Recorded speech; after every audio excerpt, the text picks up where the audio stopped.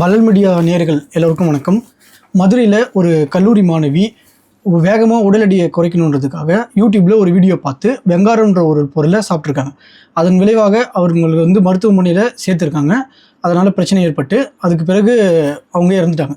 So இதுக்கு main stream மீடியாவே சில சேனல்கள் விஷமாக மாறி சித்த மருத்துவம் அப்படின்னு சொல்லிட்டு செய்தி வெளியிடுறாங்க. ஸோ இதுக்கு உண்மையிலே என்ன நடந்தது, இதுக்கு சித்த மருத்துவம் தான் காரணமாக என்னன்றதை நம்ம பாரியானுங்கிட்ட கேட்டு தெரிஞ்சுக்கலாம். வணக்கம்ண்ணா. வணக்கம். இந்த செய்தியை பார்த்துருப்பீங்க. ஸோ என்ன நடந்துச்சு, இதை பற்றி உங்களுடைய பார்வை என்ன? செய்திகளில் வந்தது என்னென்னா, விஷமாக மாறிய சித்த மருத்துவம் அப்படின்னு சொல்லி செய்திகள் வந்தது. என்ன அந்த தகவல் அப்படின்னு சொல்லி நம்ம போய் பார்க்கும் பொழுது, மதுரையில் இருக்கக்கூடிய ஒரு பெண், காலேஜ் படிக்கிறவங்க ஒரு சின்ன பொண்ணு தான். அவங்க என்ன பண்ணிருக்காங்க, உடல் எடை குறையணும் அப்படிங்கிற ஒரு எண்ணம் அவர்களுக்கு இருந்திருக்கு. அப்போ அது சார்ந்து பல காணொலிகளை அவங்க பார்க்குறாங்க. இணையதளத்தில், யூடியூப் வலைதளங்களில் இருக்கக்கூடிய காணொலிகள் ஒவ்வொருத்தவங்க ஒவ்வொரு கருத்து சொல்லுவாங்க. இதை சாப்பிடுங்க, அதை சாப்பிடுங்க, இப்படி சாப்பிடுங்க, இப்படி பண்ணுங்க, அது பண்ணுங்க, இது பண்ணுங்கன்னு. ஆக்சுவலாக உடல் எடை குறையணும் அப்படின்னா என்னங்கிறது நான் கடைசியாக சொல்கிறேன். ஆனால் அதுக்கு முன்னாடி இந்த விஷயத்தை முதல்ல பார்த்துருவோம். அப்போ அது மாதிரி பார்த்துருக்காங்க. பார்த்ததில் ஏதோ ஒரு சித்த மருத்துவ ஒரு சேனல், அந்த சேனலில் பார்த்தீங்கன்னா அவர் மருத்துவராக என்ன நமக்கு தெரியல, ஒருத்தர் பேசிக்கிட்டு இருக்காரு. அவர் ஆனால் சித்தா ப்ராக்டிஷனர் தான் நினைக்கிறேன். அவர் என்ன சொல்கிறாரு, இந்த வெங்கார பற்பம் அப்படின்னு சொல்கிற ஒரு விஷயத்தை எப்படி செய்யணும் அப்படிங்கிறத சொல்கிறாரு. அதுக்கடுத்து அந்த வெங்கார பற்பத்தை நம்ம எவ்வளோ சாப்பிடணும், எவ்வளோ சாப்பிட்டா அது உடல் எடை குறையும் அப்படிங்கிற மாதிரியான விஷயத்த சொல்கிற அந்த காணொலியிலேயே கீழே இது டிஸ்க்ளைமர் இருக்குது.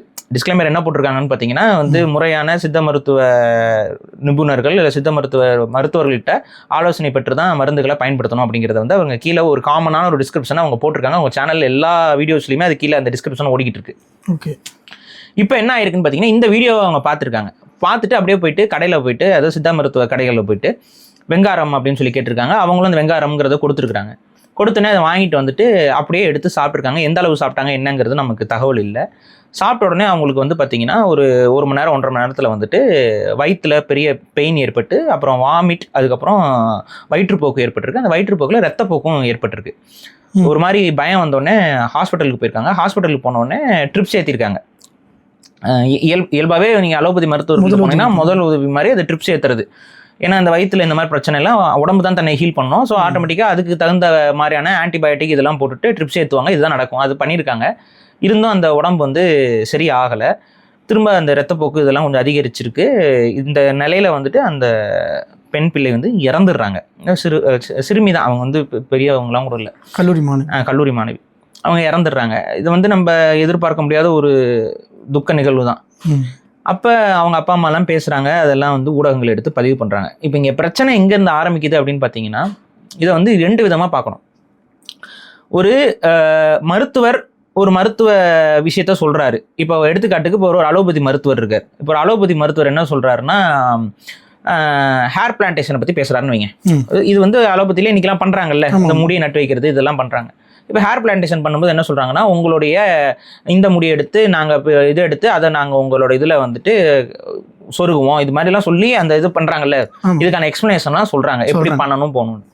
இப்போ இதை நம்ம பார்க்குற சரிங்க ஓகே, அப்போ நம்மளுடைய இந்த முடியை எடுத்து கால் முடி எடுத்து நம்ம தலையில் சொருகிக்கலாம்னு சொல்லி எல்லாரும் முடியை பிடிங்கி ஒட்டிக்குவீங்களா? இல்லை, அப்படி பண்ண முடியாது. அப்போ என்ன, இது எப்படி பண்ணணும்னு சொல்கிறாங்க. சொன்னதுக்கப்புறம் நீங்கள் அந்த மருத்துவரை போய் அணுகி இது எனக்கும் இந்த ட்ரீட்மெண்ட் பண்ணுங்கன்னு சொல்லிட்டு அவர்கிட்ட முறையாக போயிட்டு அட்மிட் ஆகி அப்படி தான் ட்ரீட்மெண்ட்டை எடுத்துக்கணும். இப்போ அடுத்து இப்போ பாருங்க, வேற ஒரு மருத்துவர் என்ன சொல்றாரு, குழந்தைங்களுக்கு இந்தந்த நோய்களுக்கு இந்தந்த மருந்து, இப்படி மருந்துகள்லாம் இருக்கு. இந்த மருந்து இதெல்லாம் எதுக்கு நமக்கு சொல்றாங்கன்னா, நம்ம குழந்தைகளுக்கு ஏதாவது ஒரு பிரச்சனை ஆகுது, இல்லை நமக்கு ஏதோ ஒரு பிரச்சனை ஆகுது அப்படிங்கும் பொழுது நம்ம முதல்ல மனம் தளரக்கூடாது. அப்போ அந்த நோய்களை பற்றி மக்களுக்கு தெளிவாக தெரியணும். அப்போ அந்த நோய்னா என்ன, அந்த நோய் எதனால் வருது, அந்த நோய் வந்தால் அதுக்கு ட்ரீட்மெண்ட் இருக்கா இல்லையா. இப்போ ஹெச்ஐவி இந்த நோய்க்கு ட்ரீட்மெண்ட் இருக்கான்னா ட்ரீட்மெண்ட் பெருசாக கிடையாது.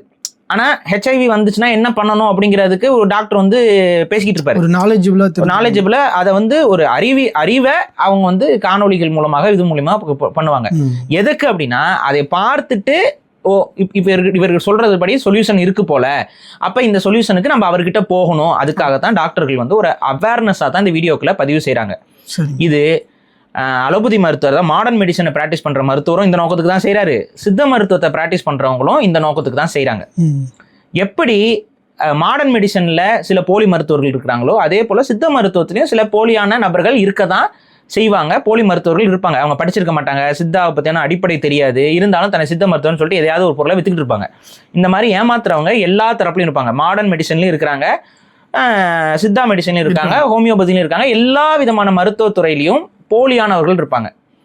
அப்போ இங்கே என்ன பிரச்சனை அப்படின்னு பார்த்தீங்கன்னா, போலியானவர்கள் தான் நபர்கள் இருப்பாங்களே ஒழிய மருத்துவ முறையே போலியானதுன்னு சொல்லி பேசுவது ஒரு மிக மிக தவறான ஒரு போக்கு. இப்போ எடுத்துக்காட்டுக்கு இப்போ ஒரு மாடர்ன் மெடிசன் இப்போ டாக்டர் வந்து ஒரு ட்ரீட்மெண்ட் கொடுக்குறாரு, அந்த ட்ரீட்மெண்ட் ஃபெயிலியர் ஆகுது. அது இந்த ஃபெயிலியரில் ஒரு குழந்தைக்கு காலோ கையோ ஏதோ பிரச்சனைக்குள்ள. இப்போ கூட சமீபத்தில் ஒரு விஷயம் நடந்து ஒரு காவல் அதிகாரி வந்து தன்னோட பிள்ளையை வந்து பிடிச்சி வச்சுட்டு சுகாதார அமைச்சரை வந்து கேள்வி கேட்டுக்கிட்டு இருக்கிற காணொலி பார்த்துருப்பீங்க. இப்போ அது ஒரு மெடிக்கல் எரரால் ஏற்பட்ட மருத்துவ தவறால், ஒரு மருத்துவருடைய தவறால் ஏற்பட்ட ஒரு பிரச்சனை. அதில் பாதிக்கப்பட்டிருக்கிறாங்க. அப்படி பாதிக்கப்பட்டிருந்தாலும் அது மருத்துவ தவறுன்னு சொல்லி தான் இந்த பொது சமூகம் கடந்து போகுது. இந்த அரசாங்கம் வந்து அது ஒரு மருத்துவ தவறுங்க, மெடிக்கல் எரருங்கிறது சில நேரங்களில் நடக்கும். அதுக்கு பின்னாடி கவனக்குறைவு காரணமாக இருக்கலாம், அதுக்கு பின்னாடி மருந்தோடைய சில தவறான விஷயங்கள்லாம் இருக்கலாம், மருந்துகளுக்கு சில ஒவ்வாமை நமக்கு இருக்கும், அதெல்லாம் கண்டுபிடிச்சும் கூட வச்சிருக்க மாட்டாங்க. இந்த மாதிரிலாம் நிறைய விஷயங்கள் வந்து இந்த துறைக்குள்ளே இருக்குது. அப்போ ஒரு முறைப்படி ஒருத்தர் படிச்சுட்டு வந்து இந்த வேலையை செய்கிறாரு அப்படின்னா அவர் மேலே நடவடிக்கை நம்ம எடுக்க முடியாது. முறைப்படி படிச்சிருக்காரு, முறைப்படி அதுக்கான உரிமம் பெற்றிருக்காரு அப்படிங்கிற பட்சத்தில் எந்த மருத்துவராக இருந்தாலும் அது மருத்துவ எரரா அதுக்கான மக்கள் மத்தியில் தான் அது விவாதிக்கப்பட்டு அதுக்கு முடிவு கொடுக்கப்படுமே ஒழிய, எந்த கவர்மெண்ட் ஹாஸ்பிட்டலுக்கும் போங்க, ஒருத்தர் பொழைப்பாரு, ஒருத்தர் இறப்பாரு. இறக்கும் பொழுது வந்து டாக்டரை வந்து கெட்டவன்னு சொல்றதும், பொழைக்கும் போது டாக்டர் வந்து தெய்வம்னு சொல்றதும் இது ஒரு முட்டாள்தனம் இல்லையா? இதைத்தான் நம்ம வந்து நிறைய மக்கள் வந்து பண்றாங்க. இப்ப சித்த மருத்துவத்தில் இவங்க இதை எப்படி பாக்குறாங்கன்னு பாத்தீங்கன்னா, ஒரு தரப்பு இந்த மாடர்ன் மெடிசன் பிராக்டிஸ் பண்றவங்க, இந்த மாடர்ன் மெடிசன் மேல நம்பிக்கை கொண்டவங்கலாம் சித்த மருத்துவத்தில் ஏதாவது இந்த மாதிரி ஒரு சின்ன பிரச்சனை ஏதாவது ஒரு செய்தி, இந்த செய்திக்கு சித்த மருத்துவம் சம்பந்தமே இல்லை, நான் அதையும் சொல்றேன். ஆனா ஏதாவது ஒரு செய்தி இப்படி வந்துருச்சுன்னா உடனே விஷமாக மாறிய சித்த மருத்துவம், இப்படி வந்து ஒரு பிரபல ஊடகம் உயிரை பறித்த சித்த மருத்துவம். எதுக்கு இந்த சித்த மருத்துவத்துக்கு இவ்வளவு நெகட்டிவிட்டியை கொண்டு வந்து கொடுக்க வேண்டிய அவசியம் இந்த ஊடகத்துறைக்கு என்ன வந்துச்சு? சித்த மருத்துவத்தால் உங்க வீட்டில் எதனா செத்துக்கிட்டு போயிட்டாங்களா எல்லாரும்? அப்ப இதுக்கு பின்னாடி ஒரு மருந்து மாஃபியா கும்பல் உட்காந்துக்கிட்டு திட்டமிட்டே வந்து நம்மளோட மருத்துவ முறையை குறை சொல்லிக்கிட்டே இருக்கிறது ஒரு காரணம்ங்கிறதையும் நம்ம சேர்த்திங்க பதிவு செய்யணும். ஏன்னா ஒரு எந்த விதமான அனுபவமும் இல்லாத ஒரு காலேஜ் படிக்கிற பொண்ணு இணையதளத்தில் ஒரு டாக்டர் சொல்கிறாங்க, ஒரு சித்தா டாக்டர் சொல்கிறாரு, இல்லை சித்த மருத்துவ வீடியோ சொல்கிறாங்க அப்படிங்கிற ஒரு அடிப்படையில் நானும் அந்த மருந்து எடுத்துக்கிட்டேங்கிறது எந்த அடிப்படையில் இதை நியாயப்படுத்தி எப்படி ரிலேட் பண்ணுறீங்க? இப்போ நானும் தாங்க பார்க்குறேன், கேன்சருக்கு வந்து ரேடியோ ஆக்டிவ் ட்ரீட்மெண்ட் வந்து கொடுக்குறாங்க, ரேடியேஷன் தெரப்பி வந்து கொடுக்குறோம். சரிங்க, கேன்சருக்கு ரேடியேஷன் தெரப்பி கொடுக்குறாங்க, சரி நானும் வந்து கூட அவங்கள அணுவலை திறந்துட்டு உள்ளே போய் உட்காந்துக்கிறேன் கொஞ்சம் நேரம், ரேடியேஷன் தெரப்பி அப்படின்னு சொல்ல முடியுமா? இந்த ஒரு அடிப்படை ஒன்று இருக்குல்ல, ரேடியேஷன் தெரப்பினா ஆமாங்க அது ஒன்று கொடுக்குறாங்க, அது என்ன ஏது அதுக்குன்னு முறையாக பயிற்சி பெற்றவங்க, என்ன எந்த அளவில் கொடுக்கணும் இதெல்லாம் இருக்குல்ல. அதே போல் இந்த வெங்கார பற்பம்ங்கிறது சித்த மருத்துவத்திலேயே கொஞ்சம் எல்லாராலையும் ப்ரிஸ்கிரைப் செய்யப்படாத ஒரு மருந்து.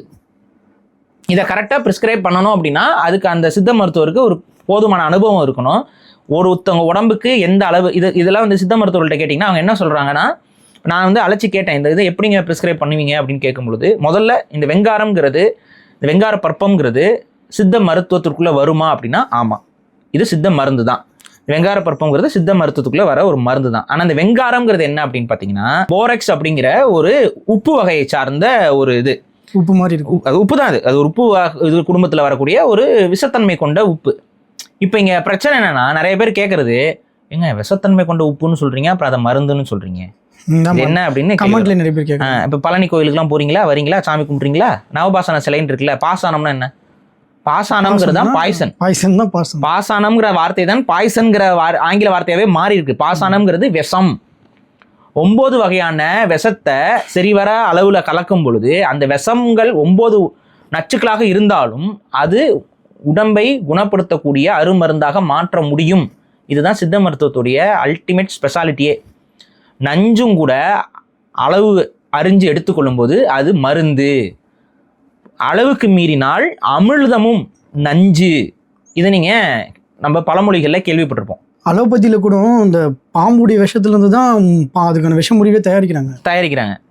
இப்போ வேக்சின்ஸ்னு சொல்கிறதுங்க என்ன, நோய் கிருமிகள் எடுத்து தான் நீங்கள் வேக்சின்னு சொல்கிறீங்க. அப்போ இந்த இடத்துல சித்த மருத்துவம் கையாளுற விஷயம் என்பது சில நச்சு பொருட்களில் இருக்கக்கூடிய அதனில் இருக்கிற நச்சை ரொம்ப கம்மியான அளவில் நம்ம எடுத்துக்கும் பொழுது அது மருந்தாக பயன்படுத்தி கொள்ளலாம்.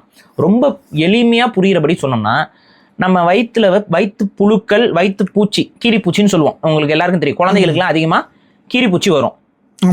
அப்போ அந்த கீரிப்பூச்சிகளுக்கு வந்து பார்த்தீங்கன்னா மெட்ரோனின்டசால் இந்த மாதிரியான விஷத்தன்மை கொண்ட பூச்சிக்கொல்லிகளை தான் நீங்கள் எடுத்துக்கிறீங்க. அதுக்கு ஒரு அளவு ரொம்ப கம்மி பண்ணி கொடுப்பாங்க. புரியுதா?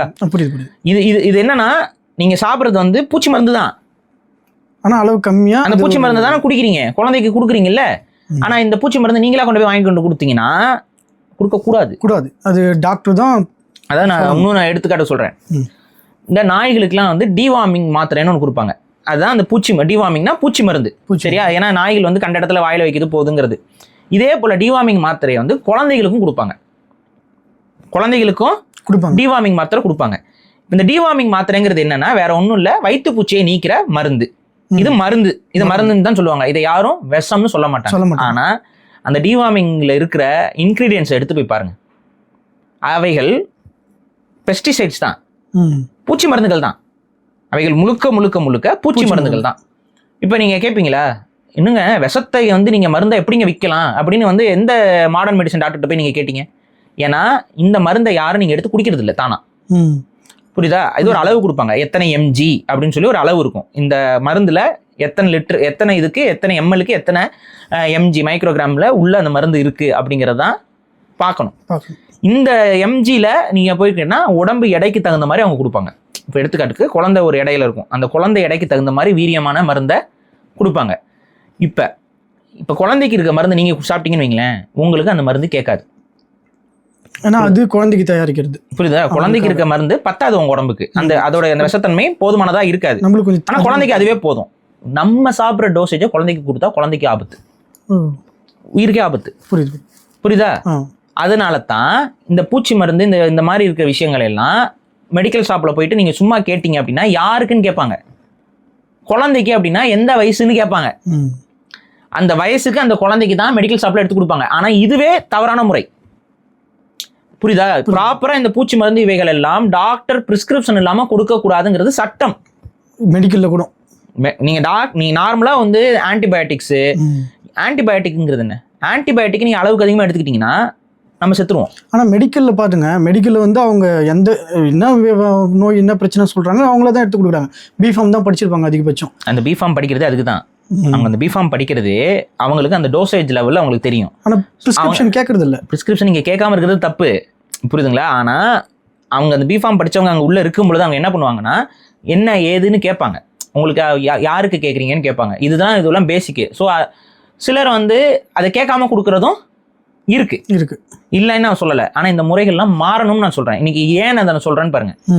இந்த மாடர்ன் மெடிசனில் நம்ம அதிகமாக பேசாமல் கடந்து போகிற ஒரு மிகப்பெரிய ஒரு பிரச்சனை என்னென்னா, நம்மளுடைய ஆன்டிபயோட்டிக்குகளை வந்து அளவுக்கு அதிகமாக நம்ம கொடுக்குறாங்க. இந்தியாவில் வந்து பார்த்திங்கன்னா ஆன்டிபயோட்டிக்ஸ்க்கு வந்து எந்த விதமான தடையும் இல்லை. இப்போ ஃபார் எக்ஸாம்பிள் இந்த பேராசிட்டமால் அந்த மாதிரி இருக்கிற எல்லா விதமான ஆன்டிபயோட்டிக் இந்த மாத்திரைகள் எல்லாமே நீங்கள் கடையில் போய் கேட்டால் கொடுத்துருவாங்க.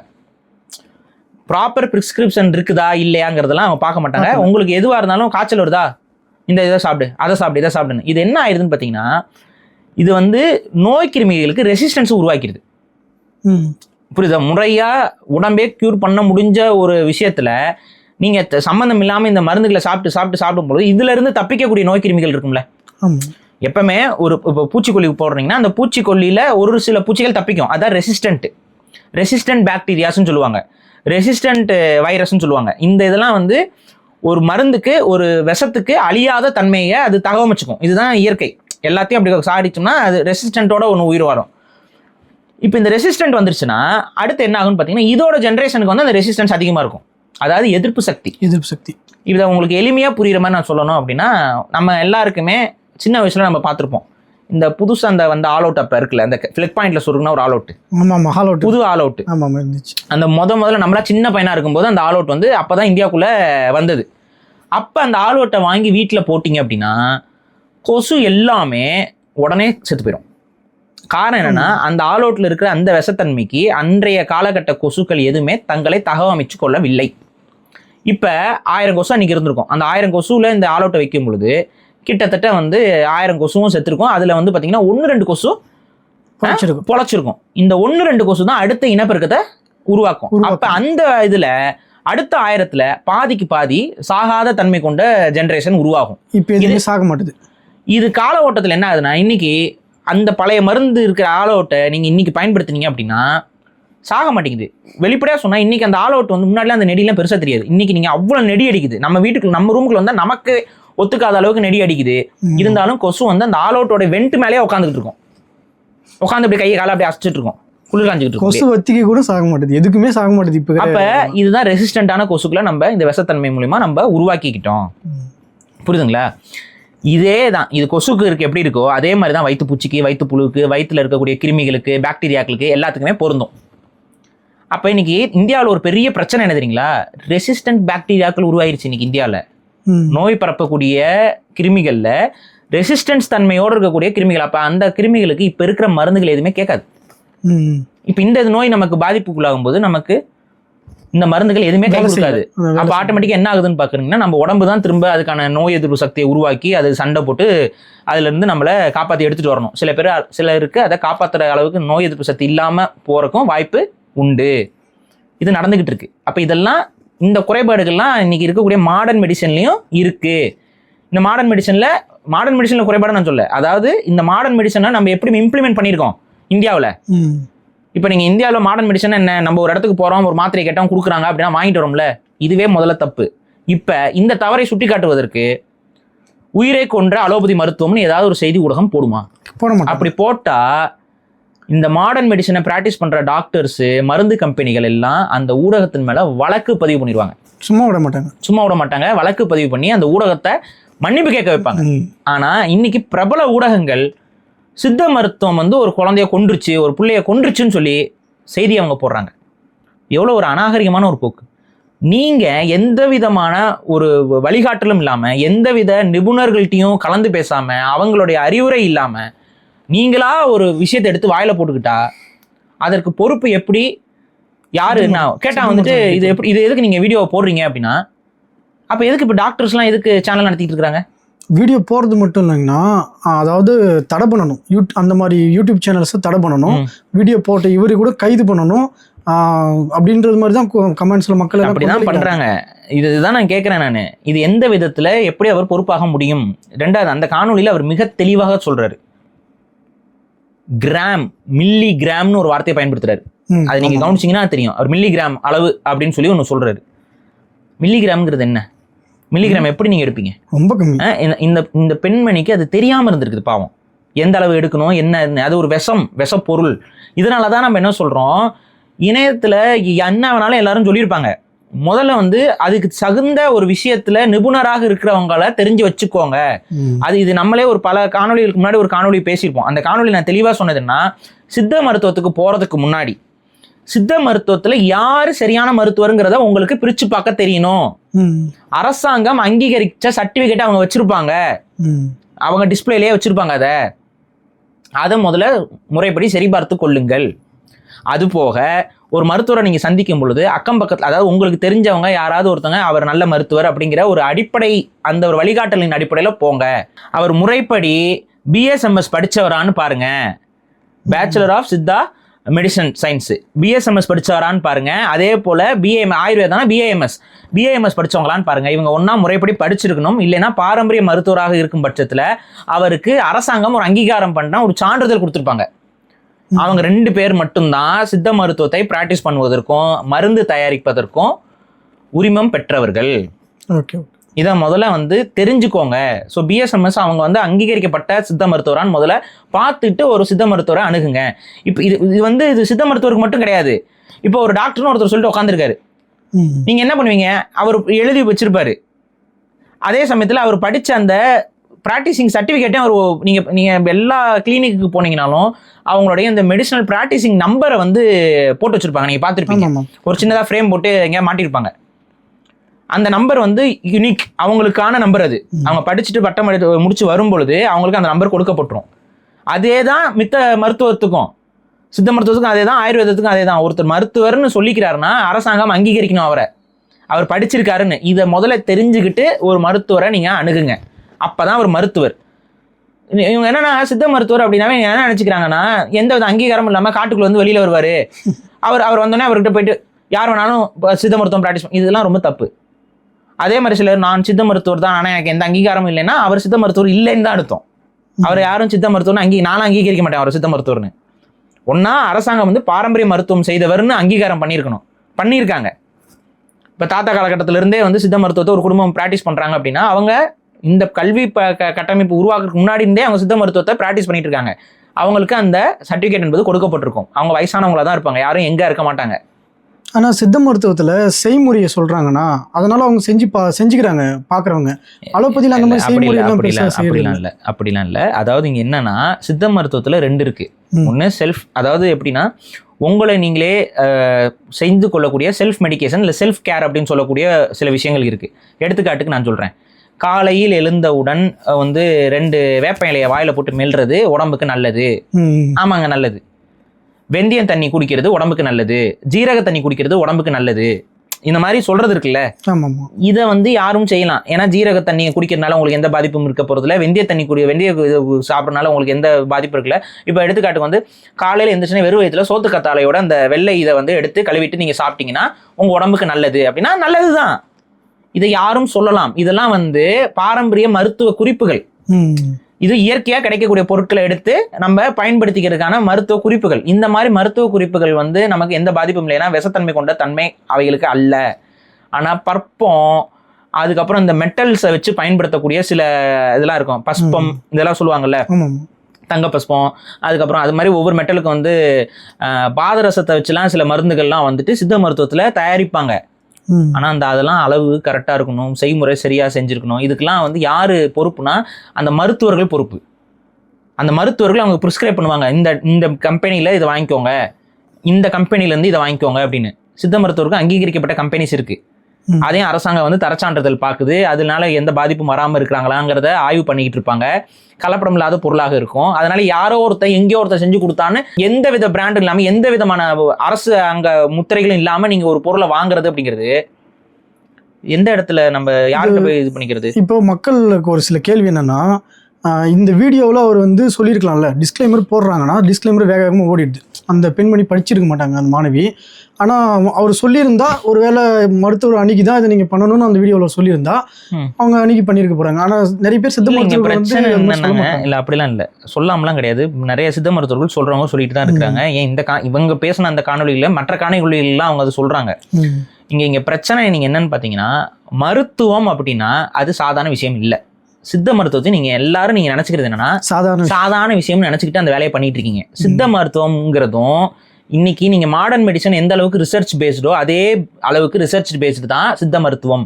இங்க பிரச்சனை என்ன அப்படின்னா, இந்த ரிசர்ச்சை பண்ணவங்க நம்ம முன்னோர்கள், இன்னைக்கு நம்ம பண்ணல. இதுதான் இங்க பிரச்சனை. இப்போ புரியுதா? நம்ம அதனாலதான் திரும்ப திரும்ப சித்த மருத்துவம் என்பது கேள்வி கூண்டுக்குள்ள வந்துகிட்டே இருக்கு. இந்த ரிசர்ச்சை நம்ம பண்ணணும், புரியுதா? இப்ப நீங்க வந்து இன்னைக்கு வந்து ஒரு வகையான உப்பு, அது நச்சுத்தன்மை கொண்ட உப்பு, அந்த நச்சுத்தன்மை கொண்ட உப்பை வந்து நம்ம இந்த அளவுல பயன்படுத்தும் போது அது ஒரு மருந்தாக மாறுது அப்படிங்கிற விஷயத்த கண்டுபிடிச்சது இன்னைக்கு இருக்கிற சித்த மருத்துவர்கள் கிடையாது. என்னைக்கோ யாரோ ஒருத்தர் கண்டுபிடிச்சு அதுக்கான முறைகளை கண்டுபிடிச்சு அது இப்படி செய்யணும் அப்படி செய்யணும்னு சொல்லி அதற்கான விதிகளை உருவாக்கிட்டு போயிட்டாரு. அந்த ஃபார்முலாவை பயன்படுத்தி அந்த விதிகளை பயன்படுத்தி இன்னைக்கு நம்ம அதை ரீக்ரியேட் பண்ணிட்டு இருக்கோமே ஒழிய அது எந்த அளவுல முழுமையா ஃபங்க்ஷன் ஆகுது போகுதுங்கிறதுக்கு ரிசர்ச்சை தனிப்பட்ட ரீதியாக இண்டிபெண்டா கவர்மெண்ட் பாடிஸ் முன்னெடுத்து செய்யணும். கவர்மெண்ட் வந்து உருவாக்கி ஆயுஷ் மினிஸ்ட்ரி இதெல்லாம் பண்ணணும். நம்ம ஆயுஷ் மினிஸ்ட்ரிக்கு இதை தான் நம்ம கோரிக்கையா வைக்கிறோம். ஆயுஷ் மினிஸ்ட்ரி வந்து ஏதோ ஒப்புக்கு சப்பாவா இருக்கலாம்னு நினைக்கிறது தான் என்ன காரணம்னு புரியல நமக்கு. இந்த ஆயுஷ் மினிஸ்ட்ரி வந்து முன் வந்து சித்தாவுக்கும் ஆயுர்வேதாவுக்கும் சில ரிசர்ச் இதெல்லாத்தையும் உருவாக்கி இந்த மருந்துகள் எவ்வாறு வேலை செய்யுது. அதுக்கப்புறம் இந்த மாடர்ன் மெடிசன்ல வைக்கக்கூடிய கேள்வி என்னன்னா, வந்து நீங்க ஆய்வறிக்கைகள் எல்லாம் இல்ல, மாடர்ன் சயின்ஸுக்கான ஆய்வறிக்கைகள் சொல்றாங்க. நிறைய பேர் கேள்வி கேட்பாங்க, இந்த ஆய்வறிக்கைகளை யார் பண்றது?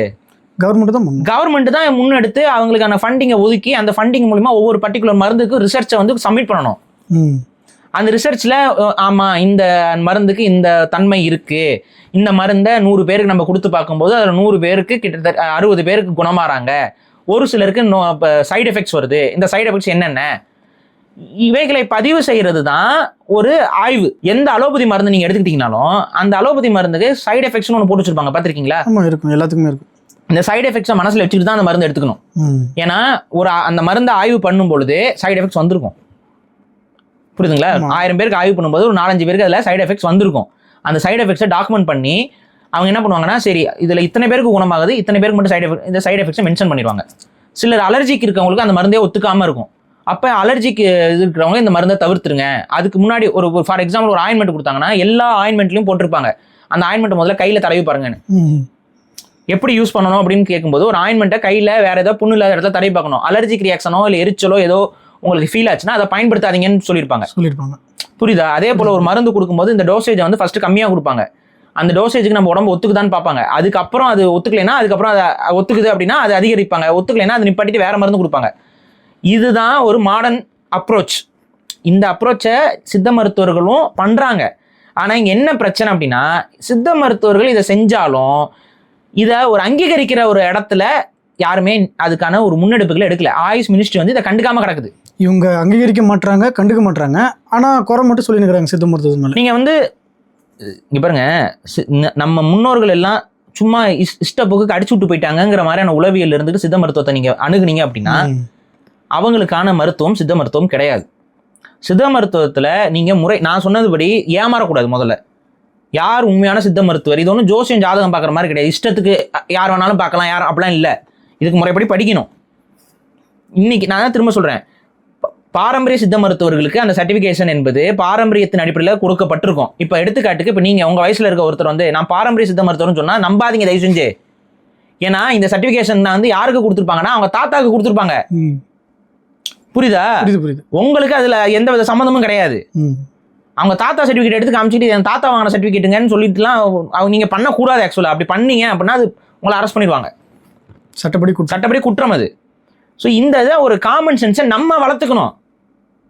அப்போ ஒரு வயசான ஒருத்தர் இருக்காரு, ஒரு 80 வயசு ஒரு 70 வயசுக்கு மேலே ஒருத்தர் இருக்காரு, அவர் வந்து பாரம்பரிய சித்த மருத்துவர் அப்படின்னு சொன்னார்னா அதில் நம்புறதுக்கு ஒரு நியாயம் இருக்குது. ஏன்னா அவர் காலங்காலமாக அவங்க பண்ணிட்டு இருந்திருக்கலாம், அவங்களுக்கு இந்திய அரசு அனுமதி கொடுத்துருக்கலாம்.